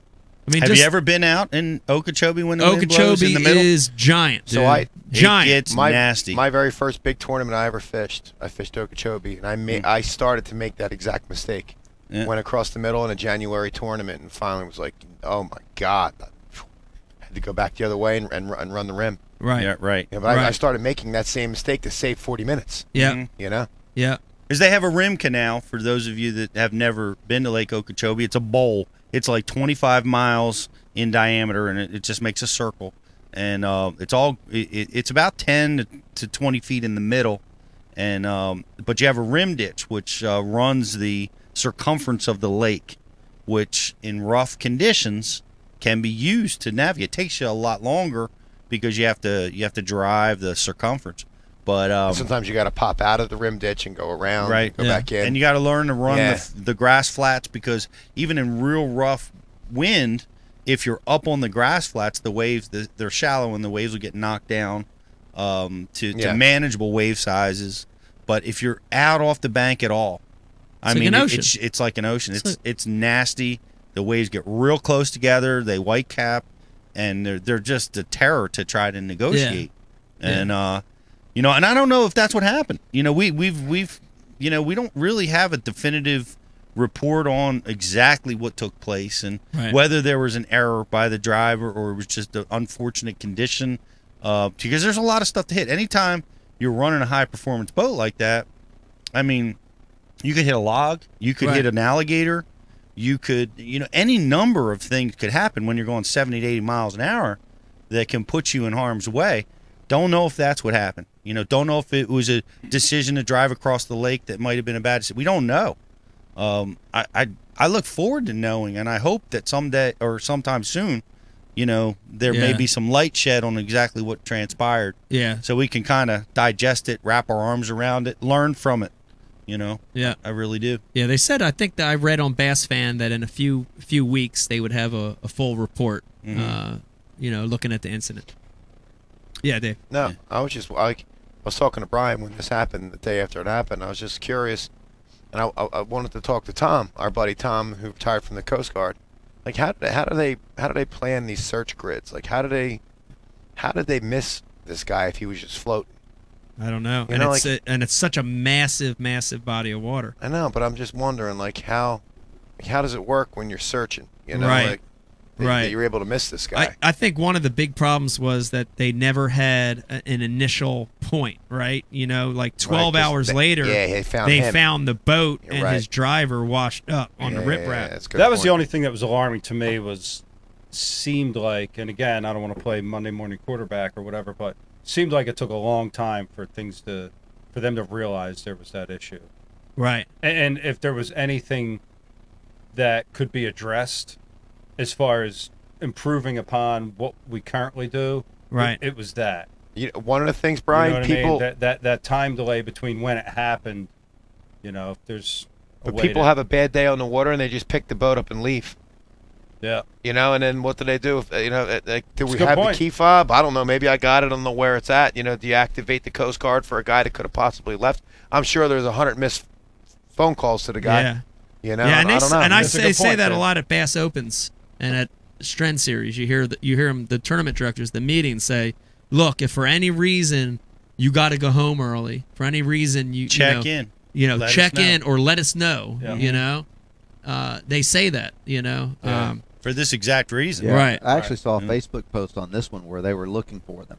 I You know, watched and, that. and asking people to call in if they Wow. they knew anything or had heard from them. Right. So it's a bad feeling. We we put on tournaments, we do our best, and it never fails. Weather's going to get bad. Yep. You know, every few events you have one. Yeah. And there's no worse feeling when that squall comes through and not have people accounted for. Yeah. And you're just Yeah. praying that they found cover, in kayaks especially. I was just going Where- to say, yeah. you know, in a bass boat, you know, we can move. You know, we can, you know, in 30 seconds you can cover a mile or whatever and get out of it. But boy, if it sneaks up on you in a kayak, man, you don't have that mobility. Yeah. That's got to be a concern. It's a horrible feeling when you talk about solutions. You know, some of the obvious solutions would be to and we've even talked about this, to have some sort of using cell phones to track anglers on the water, but the anglers don't want that. Right. You don't you don't want to give up where you're fishing. Right. So there's at the high level of competition in professional tournaments, there are better ways to keep track of anglers, but anglers don't want that. I mean, and for right reasons. So it's just a very sad situation. And one of those, like you said, you hope we can learn something from it. I hope so. It makes me think, because as fishing on the boater side, on the pro side, I've been doing this a long time. I've been out in 12-foot waves before a million times, and not a million times, but enough times that I respect the water, and I'm not, I'm willing to take that risk. I'm willing to do it because I know in order to get to those big smallmouth out in the middle of Lake Erie, you got to drive those big waves, and I've learned how to do it pretty good, But what I don't think about is this guy sitting next to me. His life's in your hands. His life is in my hands. Yeah. That is hoping that I'm going to make a good decision. Yeah. And not going to put him in harm's way. And, that it just causes me to think, like, hey, I'm willing to make that risk, and maybe I need to talk to that person about, this is a little bit more about this is the risk that we're taking, and, just get that communication going. And, right. Because, he's got a family. He's got kids. He's just like I do. And you got that responsibility. And even though it's not a co-angler on your side, it's a marshal. It's the same. It's the same exact thing, right? You got somebody that you're caring for. And, we have a responsibility for that as boaters. I mean, what I see happening with this is universal PFDs with immersion activation GPS devices. Yeah. Right. That's what you're going to wind up seeing. Right. I've seen that commented. Yeah, you're going to see that. Yeah. Yeah. Insurance is going to it's going to be a matter of liability is what's going to push it, not anything else. Right. Yeah, and what was he wearing a PFD? Why was he so hard to find? Well, Mike alluded to the fact that it was hours, and they had no point of impact to start from. Yeah. Yeah. Again, we're speculating because we don't know, but I mean, there was hours. Guy wasn't found till dark. Yeah, and they were horrible conditions. You had big wind, you had big waves, you had cold water, you had water in the 50s, you had air temperatures that morning. I heard was in the 30s or 40s. 30s, yep. Yeah. That's a recipe for disaster. Yeah. If you get in the water, Yeah, that's super tough conditions, and I've been in that situation where I've had to leave my boat, and I was shocked. Like, we didn't have heavy winds, and we didn't have heavy current, but and it was such that, but I only had seconds. So I didn't have time to anchor my boat, and I grabbed my fish out of live well, jumped into somebody else's boat to carry my fish in to weigh them in, and let my boat drift, thinking, I'll weigh them in, get my points or whatever, and then come back out and get my boat. And, and did that. Hours to find my boat. You'd be amazed how quick they drift. I was going to tell you that. Yeah. With no wind, very little current. We're driving all over the place trying to find this thing, and finally we did. But it was sitting, this high out of the water and was red, and we couldn't find it. Much less somebody floating. We launched out of Plattsburgh, and there was a guy. No one would help this guy. Same situation. He had to abandon his boat on the Vermont side, and he told me where he did, and I was like, whatever, dude. So I took him out there to go find it. Man, I was like, oh my God, why did I just keep walking? Like, this boat drifted. This boat drifted like 6-7 miles, man. Yeah. Like, it was just gone, dude. Yeah. Pete, what do you mean the boat was red? It was your boat. Mother. That's the boat you let crash up on the rocks. Sold you a ghost ship. Son of a bitch. Brian's ghost. Ghost ship, dude. Was it really? I didn't tell you that at the time of negotiation. Damn, dude, Brian got rid of the flower pot, dude. Flower pot's gone. So what do you do now? So what's going to change immediately? I mean, Dave kind of touched on what's ultimately probably going to happen in the long run, but what's the immediate? Do you put a tile, those little tiles in your boat, so if you have to leave your boat, you can find your boat? I know a handful of bass wives who have those apps on their husband's phone so they know where they are at all times. That's dirty. No. It's a safety thing. That's because they're up to You know what I mean? Like, if your Yeah. husband's out in big water and you don't hear from him, if there's any way to find him. I mean, I know, people who saltwater fish, freshwater fish. I mean, it's a safety thing. Yeah. Like, what are the instant repercussions? Man, I don't know what to do immediately. I think immediately we have to get more information immediately, right? What exactly transpired, and before we can, react and make some calls like that, we've got to figure out what took place. Because right now we're all still in the dark and guessing, but we do want to know where our guys are. Immediately, it's easy. You can Mike, absolutely. I put an app on your phone. You can the tournament director can absolutely track the boats by having a global positional system in the boat. They can track. The tournament director would just, that anglers have to understand that only the TD is going to have access to it. Yeah, but Jacob Wheeler's going to pirate that information, like. But that's what you're immediately going to probably see. That's a quick fix. Yeah. That's a quick fix. A beacon inside of a boat. That's immediate. Well, that's going to be the biggest. That's going to be the biggest concern. Is guys are going to worry about security. They're like, hey man, once we start putting this information out there, the competition's going to figure a way to scam it and get it and know where we are and know what we're doing. But just like you said, the anglers don't want it. The anglers want to be private. But if there's something that only the tournament organization has access to, Agreed. That would certainly be the objective, right? They would be the only ones that have access to it. But the conspiracy theorists that run rampant we'll have amongst a field this day group.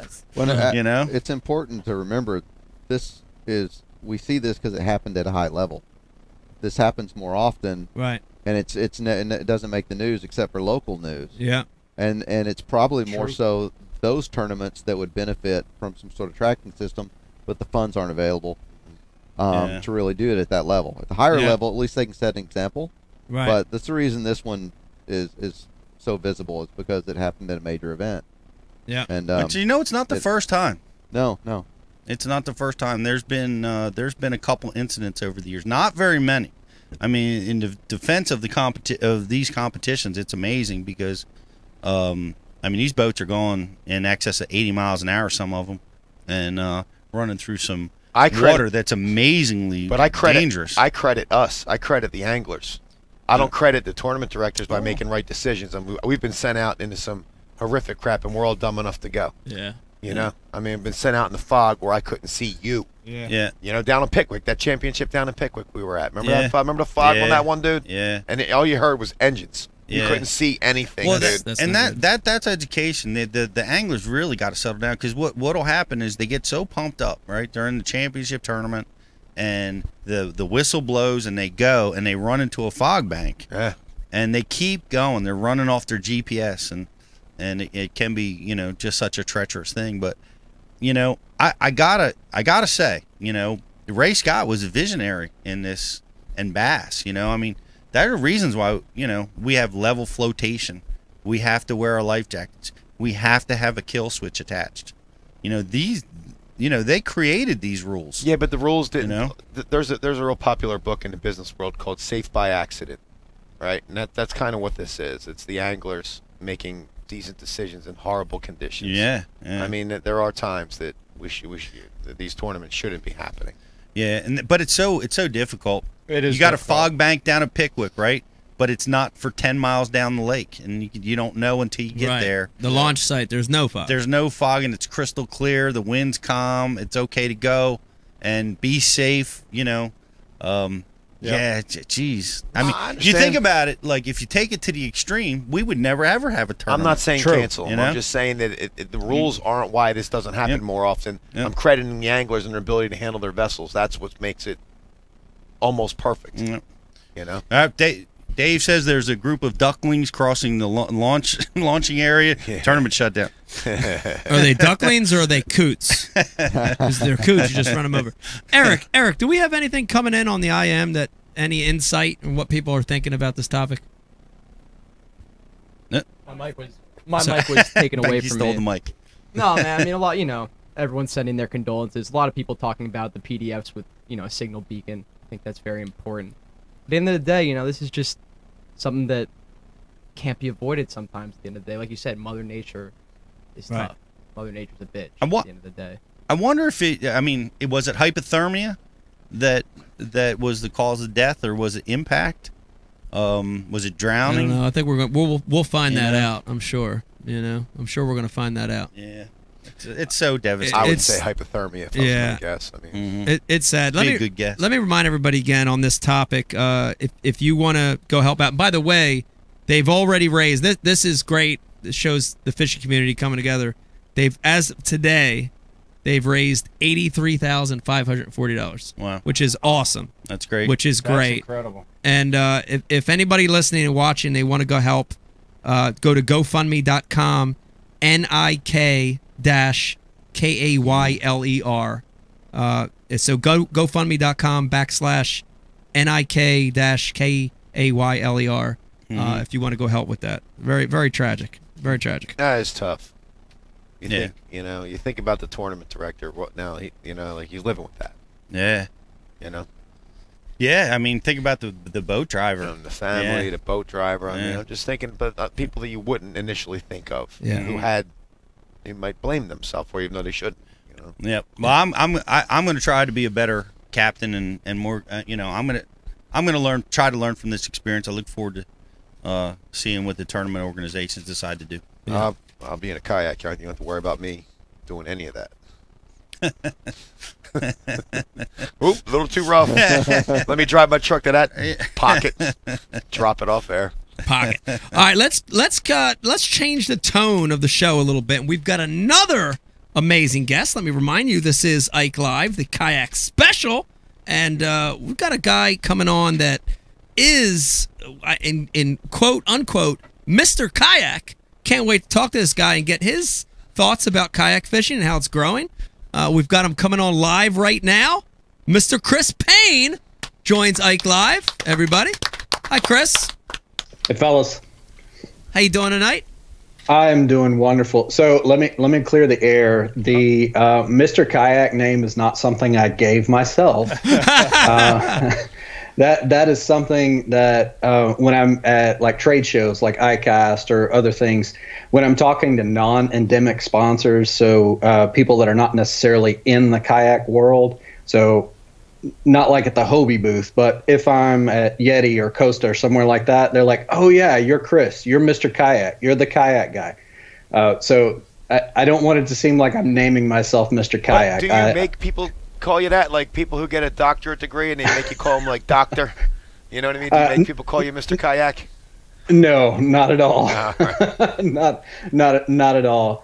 Usually I'm the crazy guy who writes reviews. That's that's how a lot of the guys in the kayak world know me. That's funny because our very own intern Eric that works here at the show has the same thing, but he's known as Mr. Lewinsky.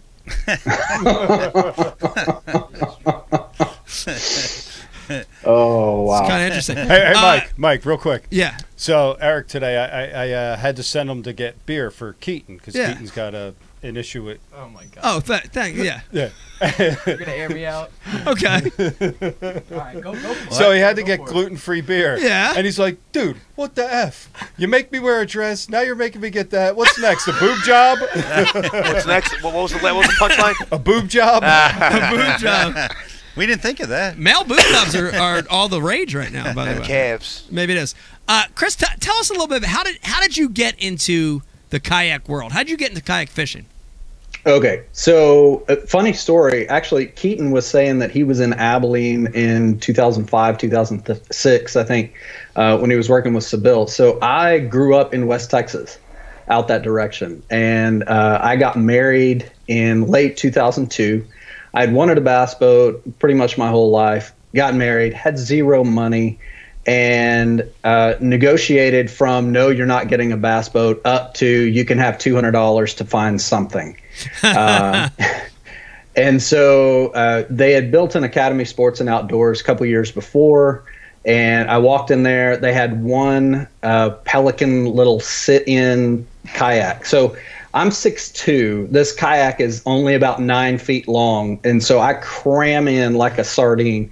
But I paid my $200. I strapped it with some nylon rope onto my Tahoe and drove back to the house, and everybody was looking at me like I was crazy because this would have been early 2003. So like February of 2003, nobody was fishing in kayaks, and for sure nobody was fishing in kayaks at Fort Phantom there in Abilene. The bass boats would go by and they would stop. It was like seeing a circus stuck on the side of the road. They were like, what are you doing? Like it's a lifeboat. Yeah, they just didn't understand it. They're like, did your bass boat swamp out? What's going on? And so, what drove me to do that is I had been bank fishing. I went to college in Abilene at Abilene Christian, and I had bank fished Fort Phantom Hill like the entire time I was there, all like 6 years.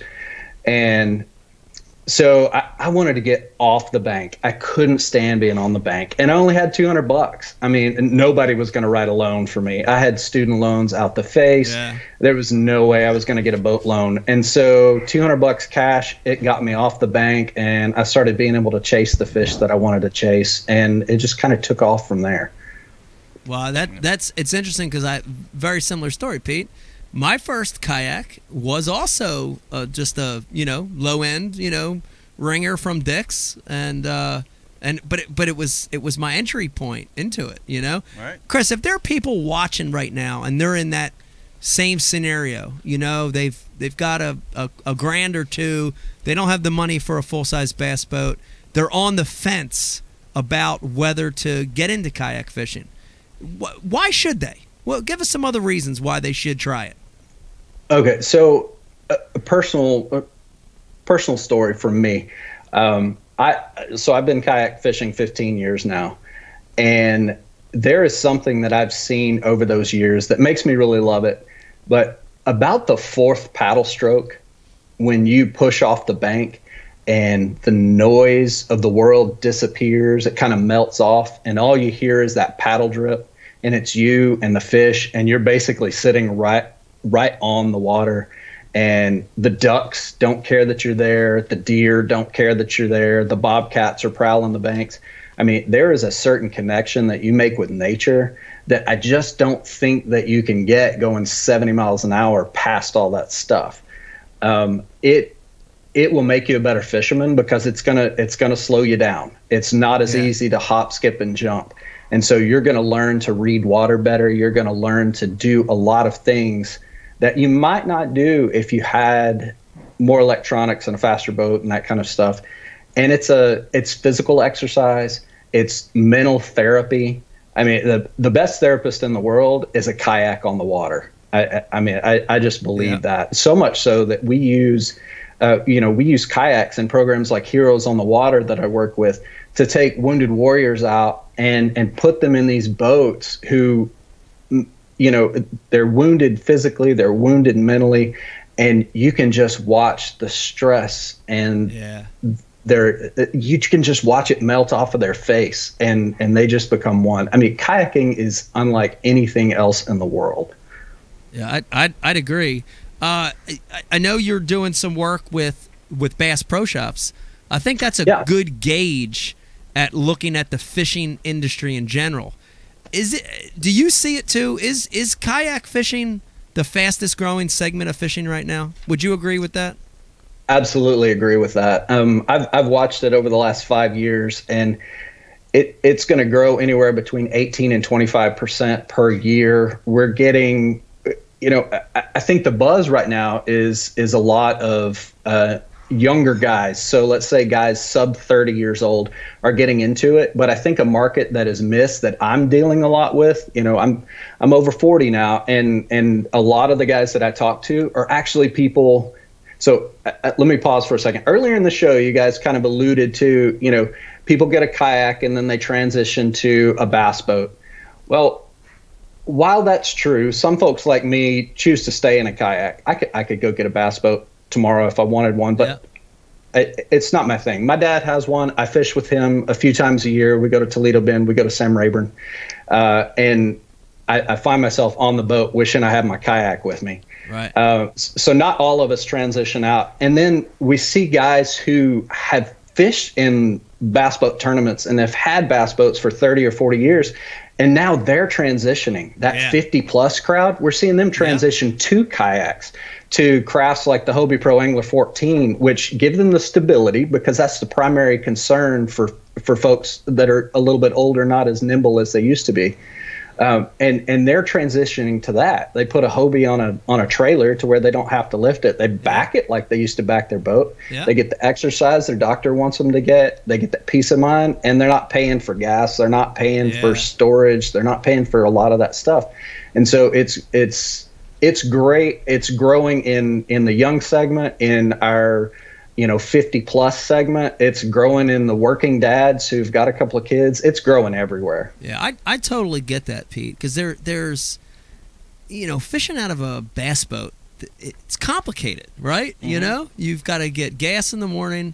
You've got to grease your trailer bearings. You've got to back it up. You've got to batteries charged. You've got to unhook it. Be your own mechanic. Be your own mechanic. You got to, there's just a lot of stuff to do. Mm-hmm. And what I love about kayak fishing is it simplifies. It's much simpler, isn't it? Simplifies it. Yeah. It puts it on a level where it's just you against the fish, and not all that other shit. Yeah.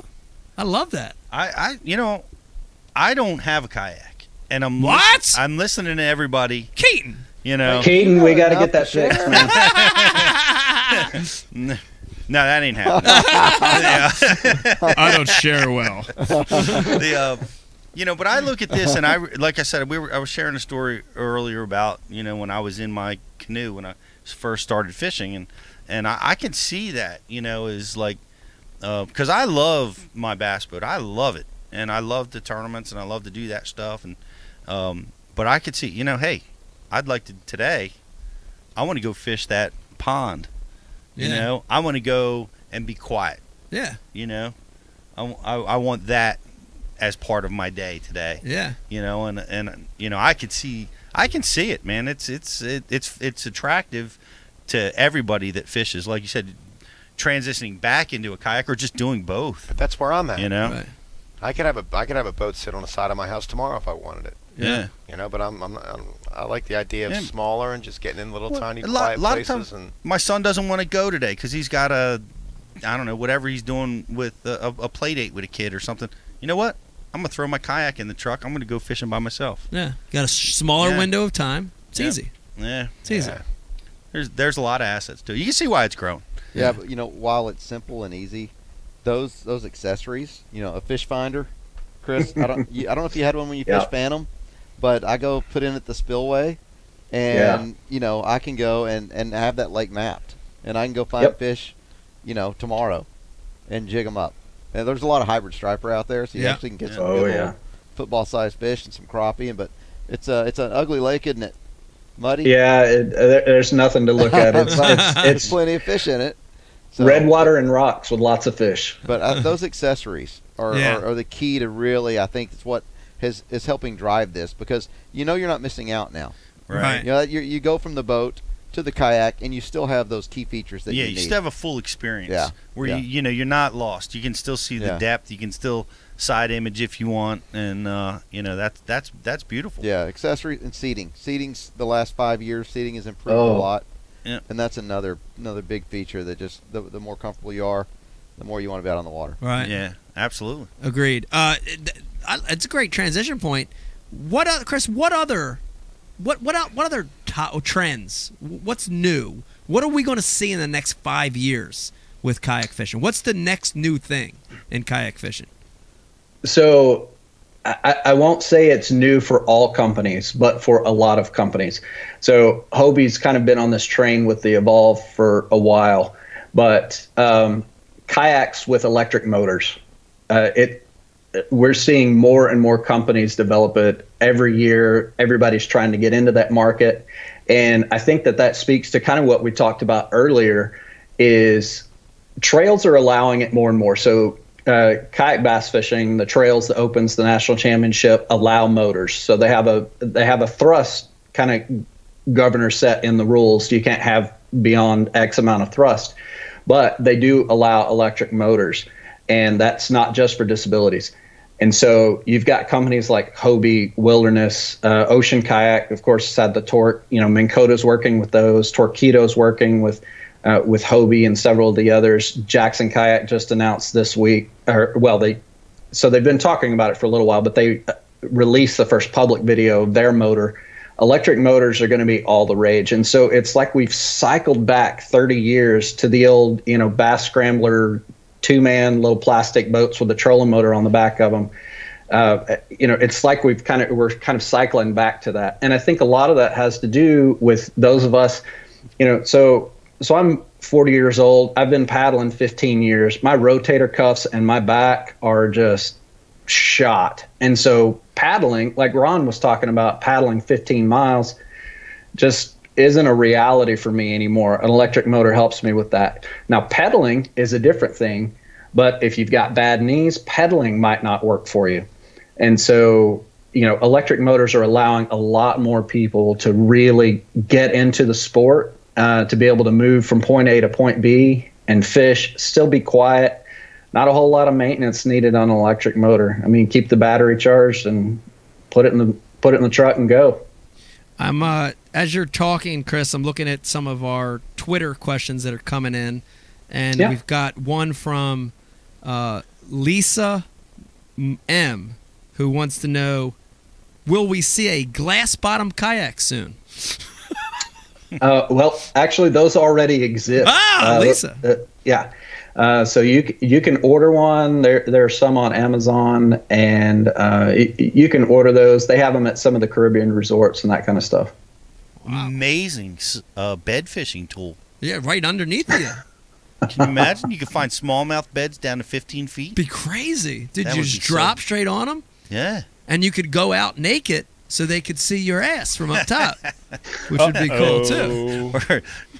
Mike's starting to turn into a gremlin. No, I'm not. I'm just saying. Think about that. That smallmouth looking up there like, ooh, he's kind of like getting all excited. Where's Becky? You just drop a tube on him. Yep. I can see it happening. Well, Mike, what was that? Gremlins or ghoulies or something? Gremlins. Gremlins, yeah. After midnight, they're all fuzzy and happy, and they hit that point, and then they get evil. Yeah. Yeah, you're right there. As soon as Becky walked out of the room. I know. You noticed that? You're on the edge. That's perfect. Made the turn. Yeah, I did have a note on here too, Chris, from our producer. I know you're working with Bass Pro. Is there any way you can get them to unblock our phone number? So Brian and I talked a little bit about that, and I don't know that I have that kind of pool. I'm the kayak guy. Well, give it a try for us, will you? Sure. I'll make some calls. Thank you. Appreciate you. And I did have another really, really serious question for you, too, while I have you on the phone, Chris. On a scale from 1 to 10, how happy were you when I beat Chad Hoover and made him shave his beard off, with 10 being the most happy on a scale from Is 1 to 10. Is 73 an option? It is an option. 73. I'm going to go with 73. Everybody rooting hard against this chat dude, man. Seems like a lovely person. He's lovely. He's lovely. Oh yeah, Chad's great. I just love it when he gets his just desserts. You know, you run smack for that long, and then somebody just walks in and says, "Nah."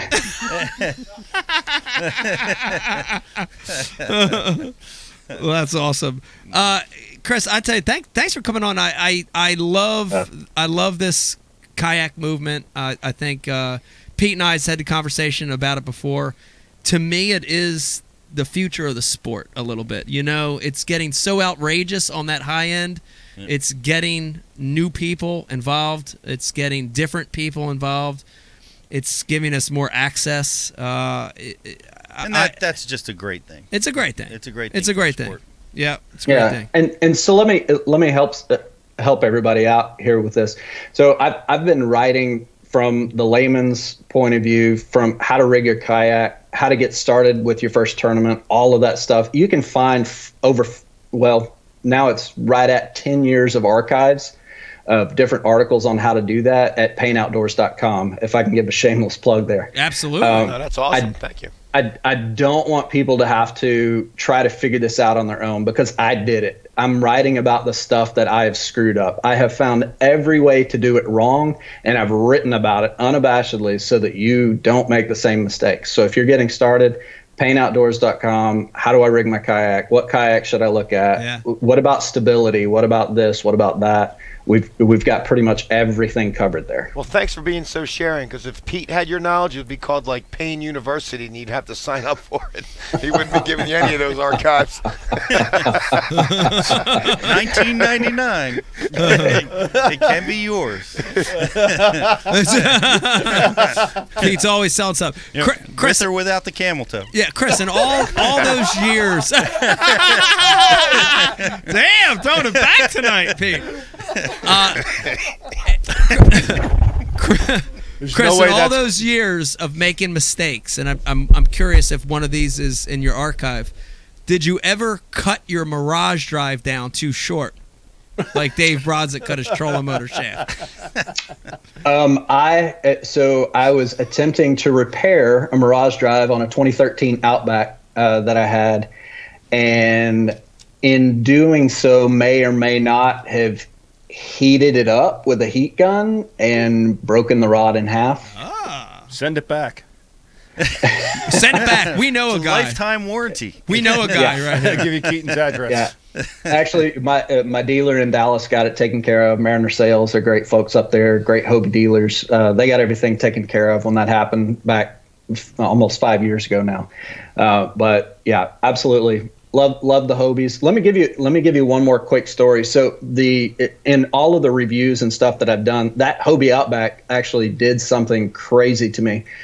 We were at a lake in Murchison, Texas. It's called Calendar Lake. It's a bunch of houses around it, and we had gone with another family to this lake and took a bunch of kayaks, and we're getting all the kids out on the kayaks and letting people try it for the first time. And a big thunderstorm rolled in. Well, I've had this kayak maybe 2 weeks. I leave it outside on the grass under the trees. Thunderstorm rolls in, lightning strikes a tree and drops half the tree on the back of this Hobie kayak. And I hear it crash, and I'm like, oh my God, this is the end of it. I go outside. The kayak has flipped over. I flip it back over. It had a couple of scratches on it. I mean, It was dang near bulletproof. It was amazing. Wow. So I can't speak highly enough. Keaton and Morgan and Kevin and all the guys at Hobie, they make a tremendous product. And, if you've got the cash to lay down for it, that is, as you said this time, the Lamborghini, you've said in the past, the Cadillac of kayaks. So. Yes. Lamborghini, Ferrari, Cadillac, all rolled up in one. That's what that thing is. That thing. Chris, Chris, thanks for joining us. Great insight into the kayak world, and I put you on the spot. Will you join us again next year for a kayak special? Absolutely. Give me a holler. Okay, appreciate it. Chris Payne, everybody. Payne Outdoors. Chris. Great insight into the world of kayak fishing. You know, very much so. He touched on something that is absolutely critical to what we do, and he mentioned one of our dealers. And like these guys are, we have two levels of front line because you know, you guys know we're all over the place. We got guys making kayaks, we got guys, you know, handling the front office. We're out and about. Things are just always going on, and we forget about it too. We've got a fantastic dealer group there. You know, Kathy Algard here has helped us out with things you need. You know, our dealers are just over the top, and they make it easy for us. And then you've got our fishing team like Ron. You know, and it's funny. Our fishing team is, once again, scattered across. You mentioned Tom Michael. These guys are so committed to the sport, just like Chris. They're so committed to teaching people about kayak fishing. Yeah. And it's really, yeah, it's neat that and we don't, you know, you have bass pros, you know, and that's pretty much, you know, you can kind of copycat a lot of people and doing the same thing.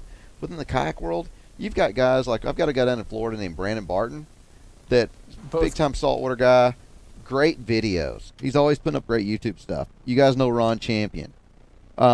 We've got a guy in Kentucky. I stopped in a dealer, and we're talking to the dealer about some stuff, and somehow his team member comes up. The guy's name's Terry Elkins. And then someone, so the dealer's telling me, and then here comes another person in, and they're like, Terry Elkins. And then a lady comes in, and she goes, oh, y'all talking about Terry? We love him. Well, this is a guy, you know, that's just supportive, committed to what's going on. And I can just go, I name you person after person that at each level are there to grow the sport. And that's what's really cool about this. So many people about growing the sport. Yeah, I see it a lot. I see it a lot, and the kayak community is more of a community as a whole than other parts of the fishing industry, which is neat. Eric, I saw your hand go up. What do you got, Eric?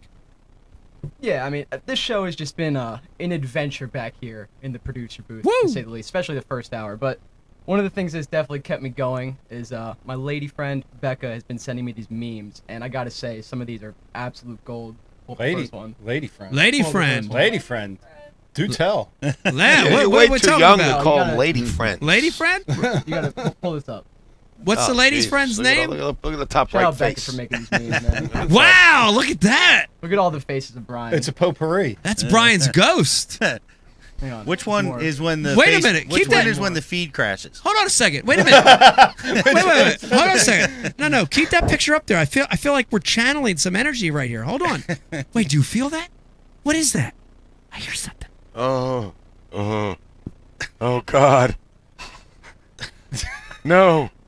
Not again. Inside joke.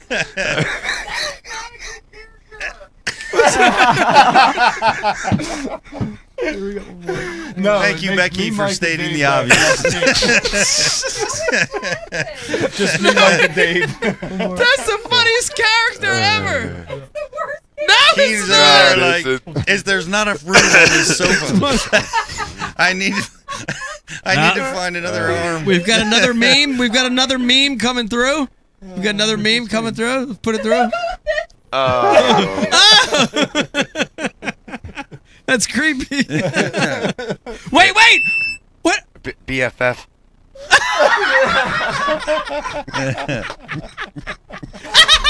Oh my god. Oh my god. Oh, there you go. We gotta get to the end of the show. The finale is amazing. Talk about Okay. the foundation real quick, especially because Okay. Let's do this. Hold on a second. Don't rush me. Let's do this. Don't rush me. Let's do this. It's 10 after. It's 20 after 10. We'll go at 10:30. We'll call it the end. But I have another amazing prize that I want to give away. Yes. People have hung in with us all night. I'm not going to disappoint. And Pete, we're going to go ahead and do another trivia question. And this one is for the Hobie inflatable PFD. Beautiful PFD. Very comfortable. Fish out of it all day. And here goes the question. Remember, first one that comes to the IM correctly is the winner. Quick. What year? You ready for this? I'm listening. What year was the Hobie Mirage Drive introduced? In what year was the Hobie Mirage Drive introduced? So you started with them at 2005, right? What the hell are you doing right now? I'm trying to think solve this problem. I'm just trying to get some information. Okay, you ready? I got this. I did this with Mike earlier. Okay. You're not False. eligible. Wait, I started it. False. No. Yeah, no. I was 2010. 2010. Yeah, but I didn't invent it. So. Okay. Yeah, don't base it off my timeline. Well, was it invented when you got there? It had already been invented when I got there. So it's before 2010, people. Thank you. You're welcome. You're welcome. Give you that clue. So it's before 2010. Yeah. I have no idea. We got a winner. I have no idea. I was doing some research coming down here, and in the last 6 years at ICAST, you're not going to use this question, right, bro? No, we're going. Yeah. Well, all right. Yeah. I didn't think you were going to use it because he keeps asking other questions. So I'm going to ask this question. In the last 6 years at ICAST, a kayak has won Best in Show. How many times out of the last 6 years? I'm going to say all 6. 4 out of 6 years. It's been Best in Show across the board. Wow. Of all products. That's amazing. Last 6 years. Wow. We have a winner. It's a for that wave. question. It's a wave of what's happening in our sport. Okay, we have a winner. What do we have? Jason Broach. He answers the correct answer at 1997. Jason Broach? Broach. No, Broach isn't eligible. Oh! Yeah. Broach, DQ'd. No, DQ'd. No, yeah. Broach, good job. Broach is getting famous, you know that? No. Yeah, you go look at some of the new Gerber displays. Uh-huh. Look at Broach's faces on there. Wow. He's hardcore. Broach is like one of those guys that has been fishing his tail off. Wow. And he's probably going to be, he may be competing with Ron in one of these The tournaments Gerber coming baby up. food? No. Label? No, No. Gerber fishing tools. Yeah. That's what I thought too. Was the baby food? I thought you were ripping on the way he looked. He's a baby. Yeah. Well done, Broach. No, he's the Mirage Drive. This is hard to believe. Is 20 years old. Wow. 1997 is when we first introduced this pedal drive. Wow. So for 18 years we got made fun of because we did it differently. Right. And now because of the proficiency of pedaling and fishing and the growth. Hands-free. And you talk about this growth of fishing coming into the kayak.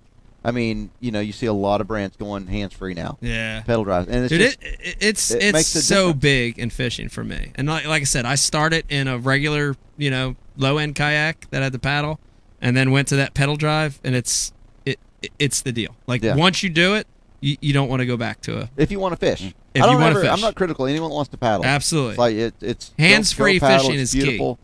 But yeah. Hands-free fishing. So we have a winner. 1997. Okay, so we have a winner or maybe not a winner. Yes, We're going to talk about that later. No, we have a winner. Okay, we have a winner. I'm just messing. Nitro Troy. I'm pretty sure he's perfectly eligible to win this. So he was the next one to guess it. Okay. All right. So maybe we'll have something for Nitro Troy, too. Put your information through. You'll win something. I don't know what it might be. Keaton, you're on the hook for 2 of them. Yeah.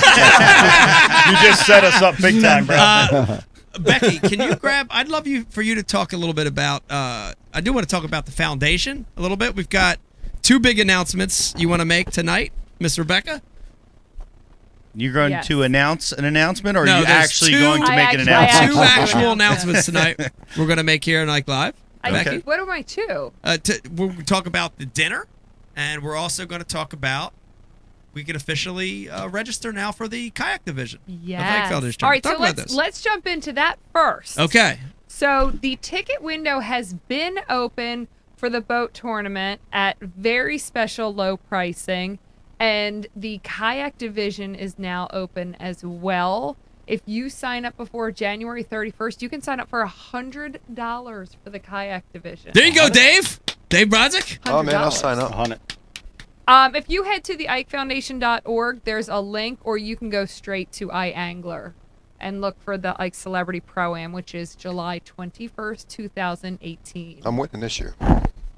You should. I'm winning this year. They're your spots, bro. Hold on, man. I was in a kayak that I wasn't used to. You know what I mean? Excuses. Excuses. Okay, so anyways, that's super, super exciting that we are up and running. We're going to be announcing a handful of pros for the boat division very soon. We're just getting some confirmations all lined up. And we actually have a handful of boats already signed up for, because it's only $750 I think if you sign up right now. So that's $250 early per bird person. discount. Yeah, if you have 3 people on the boat. So it's pretty awesome.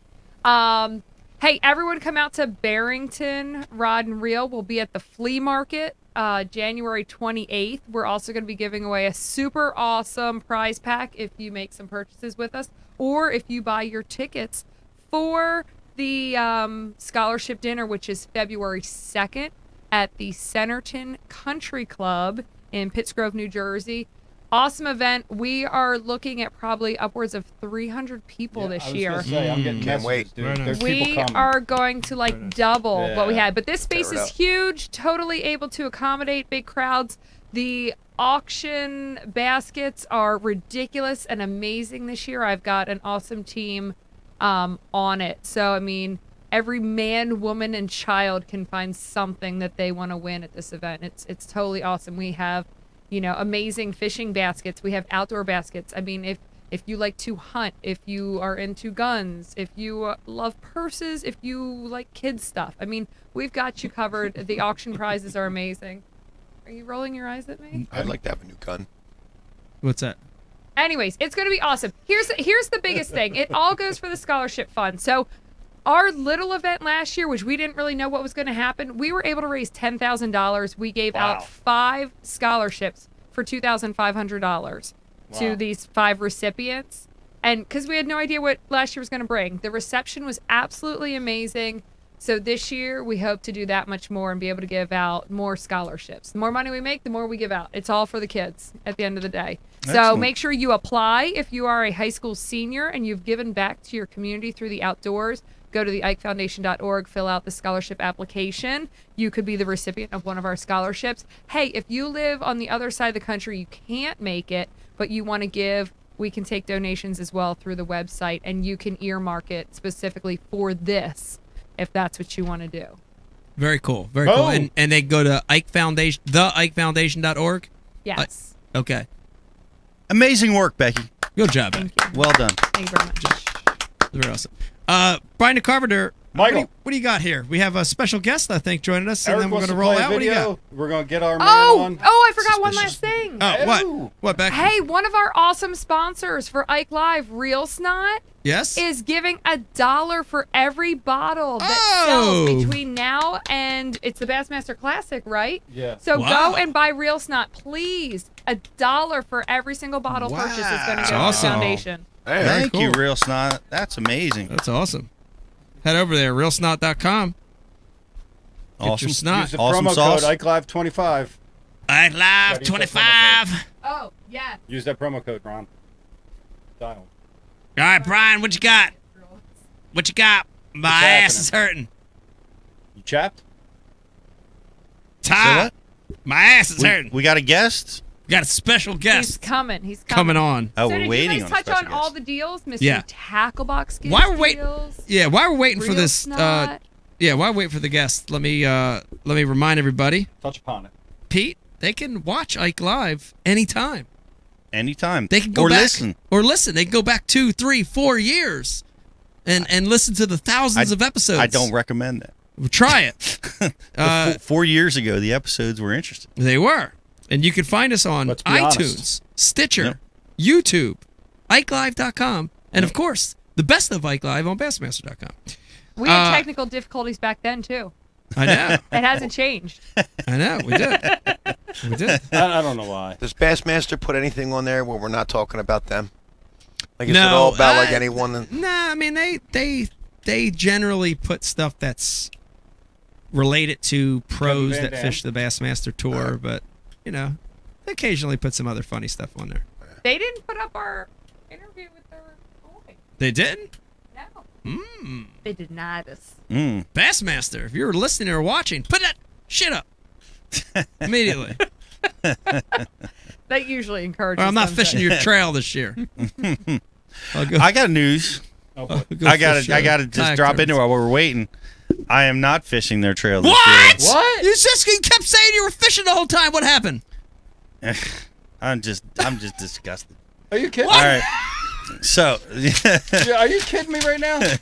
well, let me tell you what happened. It's just, on Thursday of I guess the previous week, whatever, about a week ago, I get an email in the afternoon from Bassmaster, which I've been getting a lot of emails from lately. So I'm like waiting for it. From Ed Bassmaster? I'm on the waiting list. I'm on the waiting list for the tournament, right? So I'm looking for an email to say you're off the waiting list. You can fish. Right. And it's like win a trip with Jordan Lee. It's doing this, doing that, and I'm like and it's getting late, it's getting close, and I look up and I clicked on it and it's like we have a spot for you in the Bassmaster Opens, and I'm like, yes. I think I told you or told somebody, yes, I'm in the Opens. And it said you just gotta, let us know by Monday that you want your spot, and it's your spot. So, G, my marketing girl, has got me tied up all day, working on marketing. Blaming G now. Throw G right under the bus. But it was it would have never happened anyway. But anyway, we get done our meeting, right, and so it's like 12:30. I call up, and they're like, "You're still on the waiting list," and it's the answering service, right? So they're like, call the head office. So I call the head office, and I'm like, they got me on the waiting list. I want my spot. I want to fish this year. Yeah. And they're like, you needed to call by 9 o'clock this morning. Oh my God! And I look back at the email, and sure enough, it says it right there. Oh! You got to call by 9 a.m., which is the only thing I didn't read or see. In the email, and. I was 3.5 hours late, called the next guy in line. Instantly, he responded and took the spot. So, wow. I'm out. Damn FLW, man. Coming back, baby.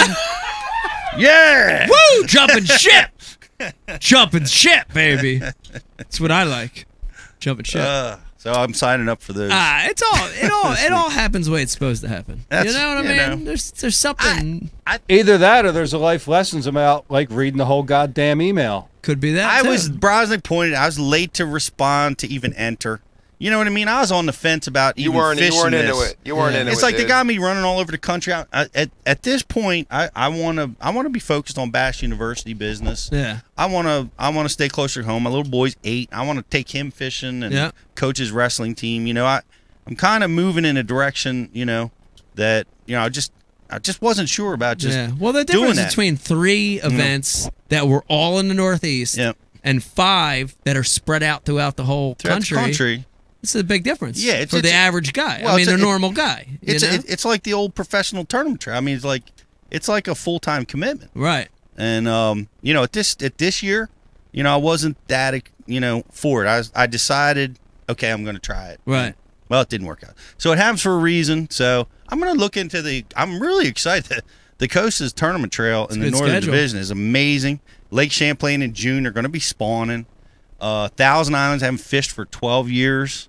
The smallmouth are just exploding on gobies. They're 5 pounds now. Giants, yeah. I can't wait to go back there. And then Lake Erie at a Buffalo, which I haven't been to for 10 years. So it's a smallmouth, paradise. So that'll be good. Here at FLW. That'll be good. Brian Carpenter. I'll be calling tomorrow. Brian Carpenter, what do you got? Brian. Yeah, we're mashing the button on the computer to restart it because it's frozen. I was thinking of a different F word, but let it go. Let it go. Yeah. Punch it. So in we the face. don't get to crank Bass Pro Shops again. Is that what we were waiting on? Just hang tight with us. A couple more minutes. Pete, keep talking about what you did wrong. Or what you should have done different. Make the tape, the broadcast, or the Facebook feed. I've got some interesting facts. Keep talking about what you didn't do right. No, wait. Should have done differently. I'll do another trivia question here. I'll do another trivia question. Here it goes. Let's do a trivia question. What do we got back there we give away? Let's give something away. We got something. What is it? Becky's. What do you got back there, Beck? We'll give something away here. That TH Marine hat's fabulous. Okay, we're going to do a TH Marine hat, and we'll do a TH Marine nut. Prop nut. Prop nut. What is that called? Wait. Eliminator. Eliminator nut. Yeah. I need one of them. We're going to do an eliminator nut. I liked prop nut first. Prop nut. And here is the question. And anybody can, if you want to guess in here, because I'm the only one that has the answer, you can go ahead and guess. Dave Brosnick. No. That's not the answer. I want to know. Thought I'd try. How many years ago was the first kayak built? How many years ago was the? I have the answer right here. No. You can play too. Fishing kayak or just a kayak in general? Here, back. I'll give it to you. I don't want nobody else to sit. Kayak. We talking about like cedar plank? No. Just kayak. Yes, kayak. How many years ago was the first kayak built? How long ago? How many years ago?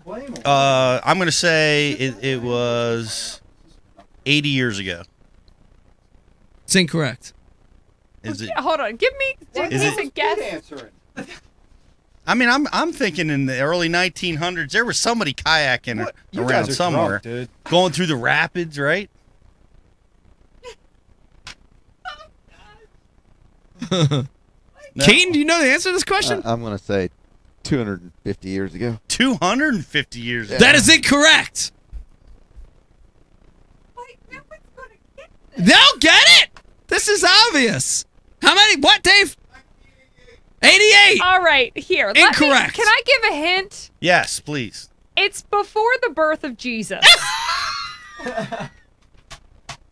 You got to give Eric the answer because people are firing up the IM board wanting to win shit. I wanted to give a hint because that's a great hint. It is before the birth of Jesus. All right. It's before the 1000 BC. We're going to get threatening messages. Some Egyptian somewhere. Is that what Moses was like passed down the river in? Oh. Was it a kayak or? Moses loaded a kayak. Try one more time. It's a lot of kayaks. You're right. Okay, so no one might get this one. No, somebody's gonna get it, man. People were close. No. Oh. Hang on. Oh, we got it. No. We got it.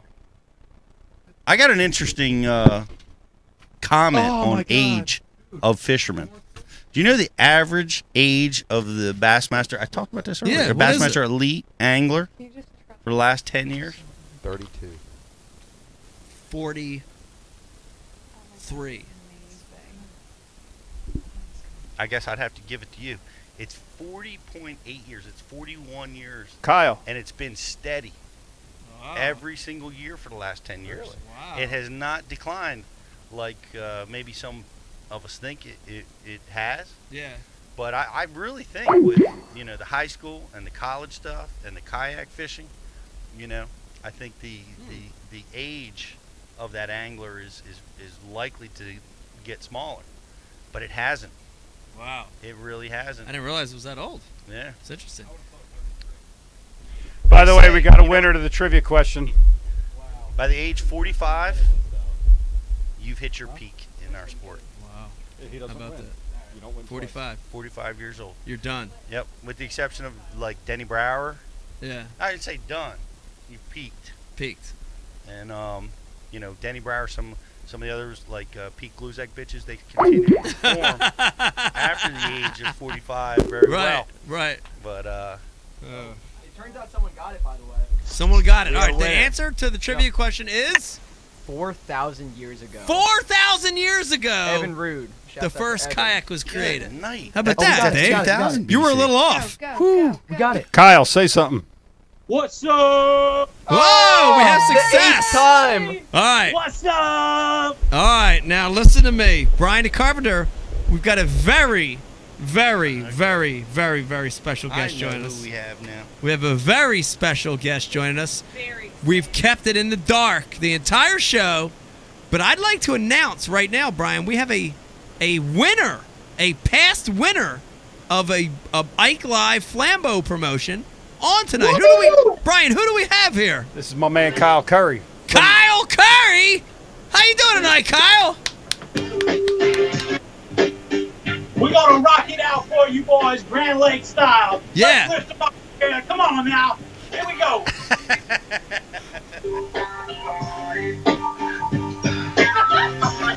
What you know about Jersey? Here we go. All right. You ain't ready for it.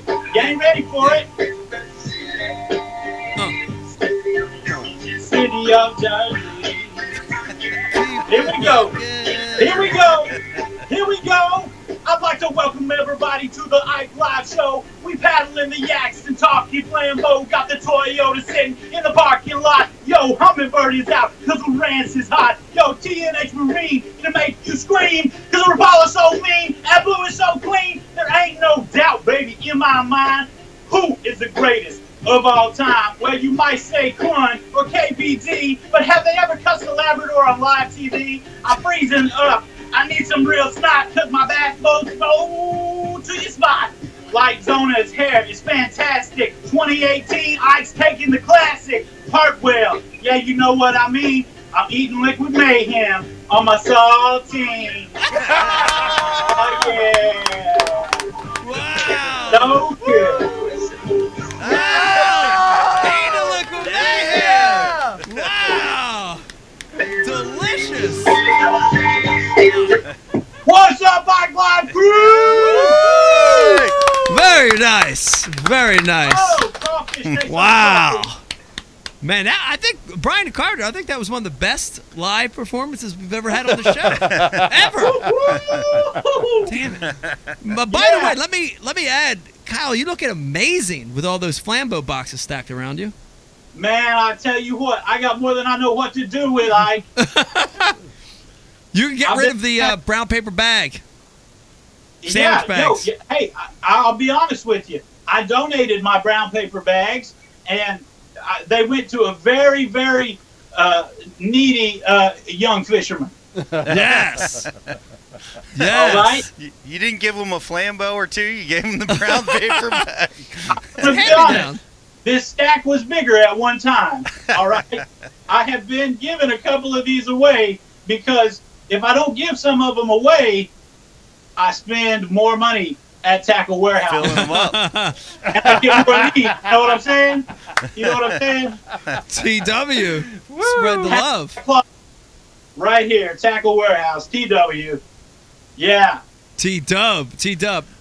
Kyle, how's the weather down at Grand Lake right now? Man, I tell you what, we're buried under about 3-4 inches of snow right now, but that ain't keeping the big ones from biting, dude. And they're going to be ready for you when you get here in April. So I hope you got your grass and your patterns figured out, my man. Woo! I'll be ready. All right. All right. Yeah. Big thanks to Flambeau. Big thanks to Real Snot for hooking me up. Big thanks to Liquid Mayhem for the condiments. It's been awesome, man. I tell you what, the FedEx guy showed up at my house at about 8 p.m. one night, and he said, hey, I want to tell you something. I've been avoiding this stop all day long. And when I saw what was in the back of his truck, I understood why. It was about 10 boxes full of Flambeau tackle boxes. Woo! And from small to big to bags to cases to everything you want. The new IKE Quotient series. Woo! Been taking advantage of that. Loving it all, man. Loving it all. I wanted to come back, throw you guys a little thank you, do a little rap tune, and say I appreciate it. Well, Kyle, we appreciate it, and you deserve it. And Congratulations. Congratulations, and keep up the music, keep up the inspiration, and wish you a very successful fishing in 2018. Thank you, Ike. Same to you. I'll see you April 26th at Wolf Creek Ramp. You got it. Kyle Curry, everybody. Kyle, baby. Budding rap star from Grand Lake, Oklahoma. Oh, man. It's awesome. That wow. was great. Phenomenal rap, Phenomenal. man. Love that. He likes to eat Liquid Mayhem, too. I know. We Thank all you, like Kyle. it. I like it. I brush my teeth with that shit, man. Gargle with it in the morning Good and everything. stuff. You got to play that one on the way out. His winning video. That was amazing. Maybe you should. I think I'm going to call the show to the end here. What do you think? It's only been... Yep. It's time. It's time. We didn't set a record, but we did a good job. Yeah, we did a good job. Let me thank everybody tuning in tonight. It's been an awesome show. It's been a great show talking about kayak fishing, sweeping the world, changing the way we fish for sure. I want to thank everybody tonight, Pete, starting with you. Dave Brodzik, Keaton, thank you for being here tonight. Miss Rebecca, Eric, Brian, thank you guys. Also want to thank Ron and Branton Champion for joining us. I want to thank Chris Payne for joining us. And finally, Kyle Curry for joining us. Oh, also, Mr. Robinson joined us. Brian Robinson. Mr. Robinson. Yes. Good luck next week. Good luck. Coming in second to the Eagles. Appreciate that. Want to thank all the sponsors of this show. And finally, once again, I always feel bad saying this, but, man, our apologies. Sorry to Dick Morris. We ran out of time again, but we'll eventually get you on. Thanks for watching tonight. Good night. Good night, everybody. Good night, everybody. Good night. You got it? Yeah. He's just happy he's off the hook. Hey, what's up, Mike and the crew? This is Kyle here from Grove, Oklahoma. I was sitting around enjoying the view of Grand Lake and happened to run across your video talking about giving away a boatload of tackle storage. And so I wanted to talk to you a little bit about my tackle storage system. I am on the Best Choice Hefty Bag system. This right here is my worm sack. This here's my creature baits. See how the lip done broke? This here's my crawl sack. It don't ever come unglued. Shad trailers. And the shot drop. So in hopes of winning your grand prize, I wrote you boys a little tune. I think you might like it. Sing along if you know it. In the style of OG Snoop Doggy Dogg. Yes. Well, there's so much drama in a Walmart store. It's kind of hard to find the Cinco, much less a place to store them. So I use Hefty Bag, but the zippers all break, and you know they start to sag. And I throw in shade at Plano. I need good storage in my life, and who better than Flambeau?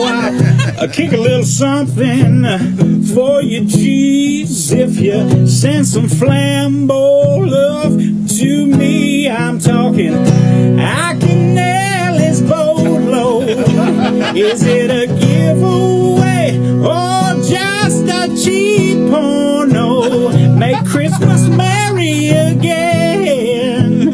Fill my stocking full of Flambeau and maybe liquid mayhem. Wow. Man, Kyle rocked it, Pete. You got to admit, that's a clear winner. That was impressive. In It's fact, shockingly good. It's shockingly good. In fact, Beck, because of the Liquid Mayhem line Yes. at the very end, we were going to throw in some actual Liquid Mayhem.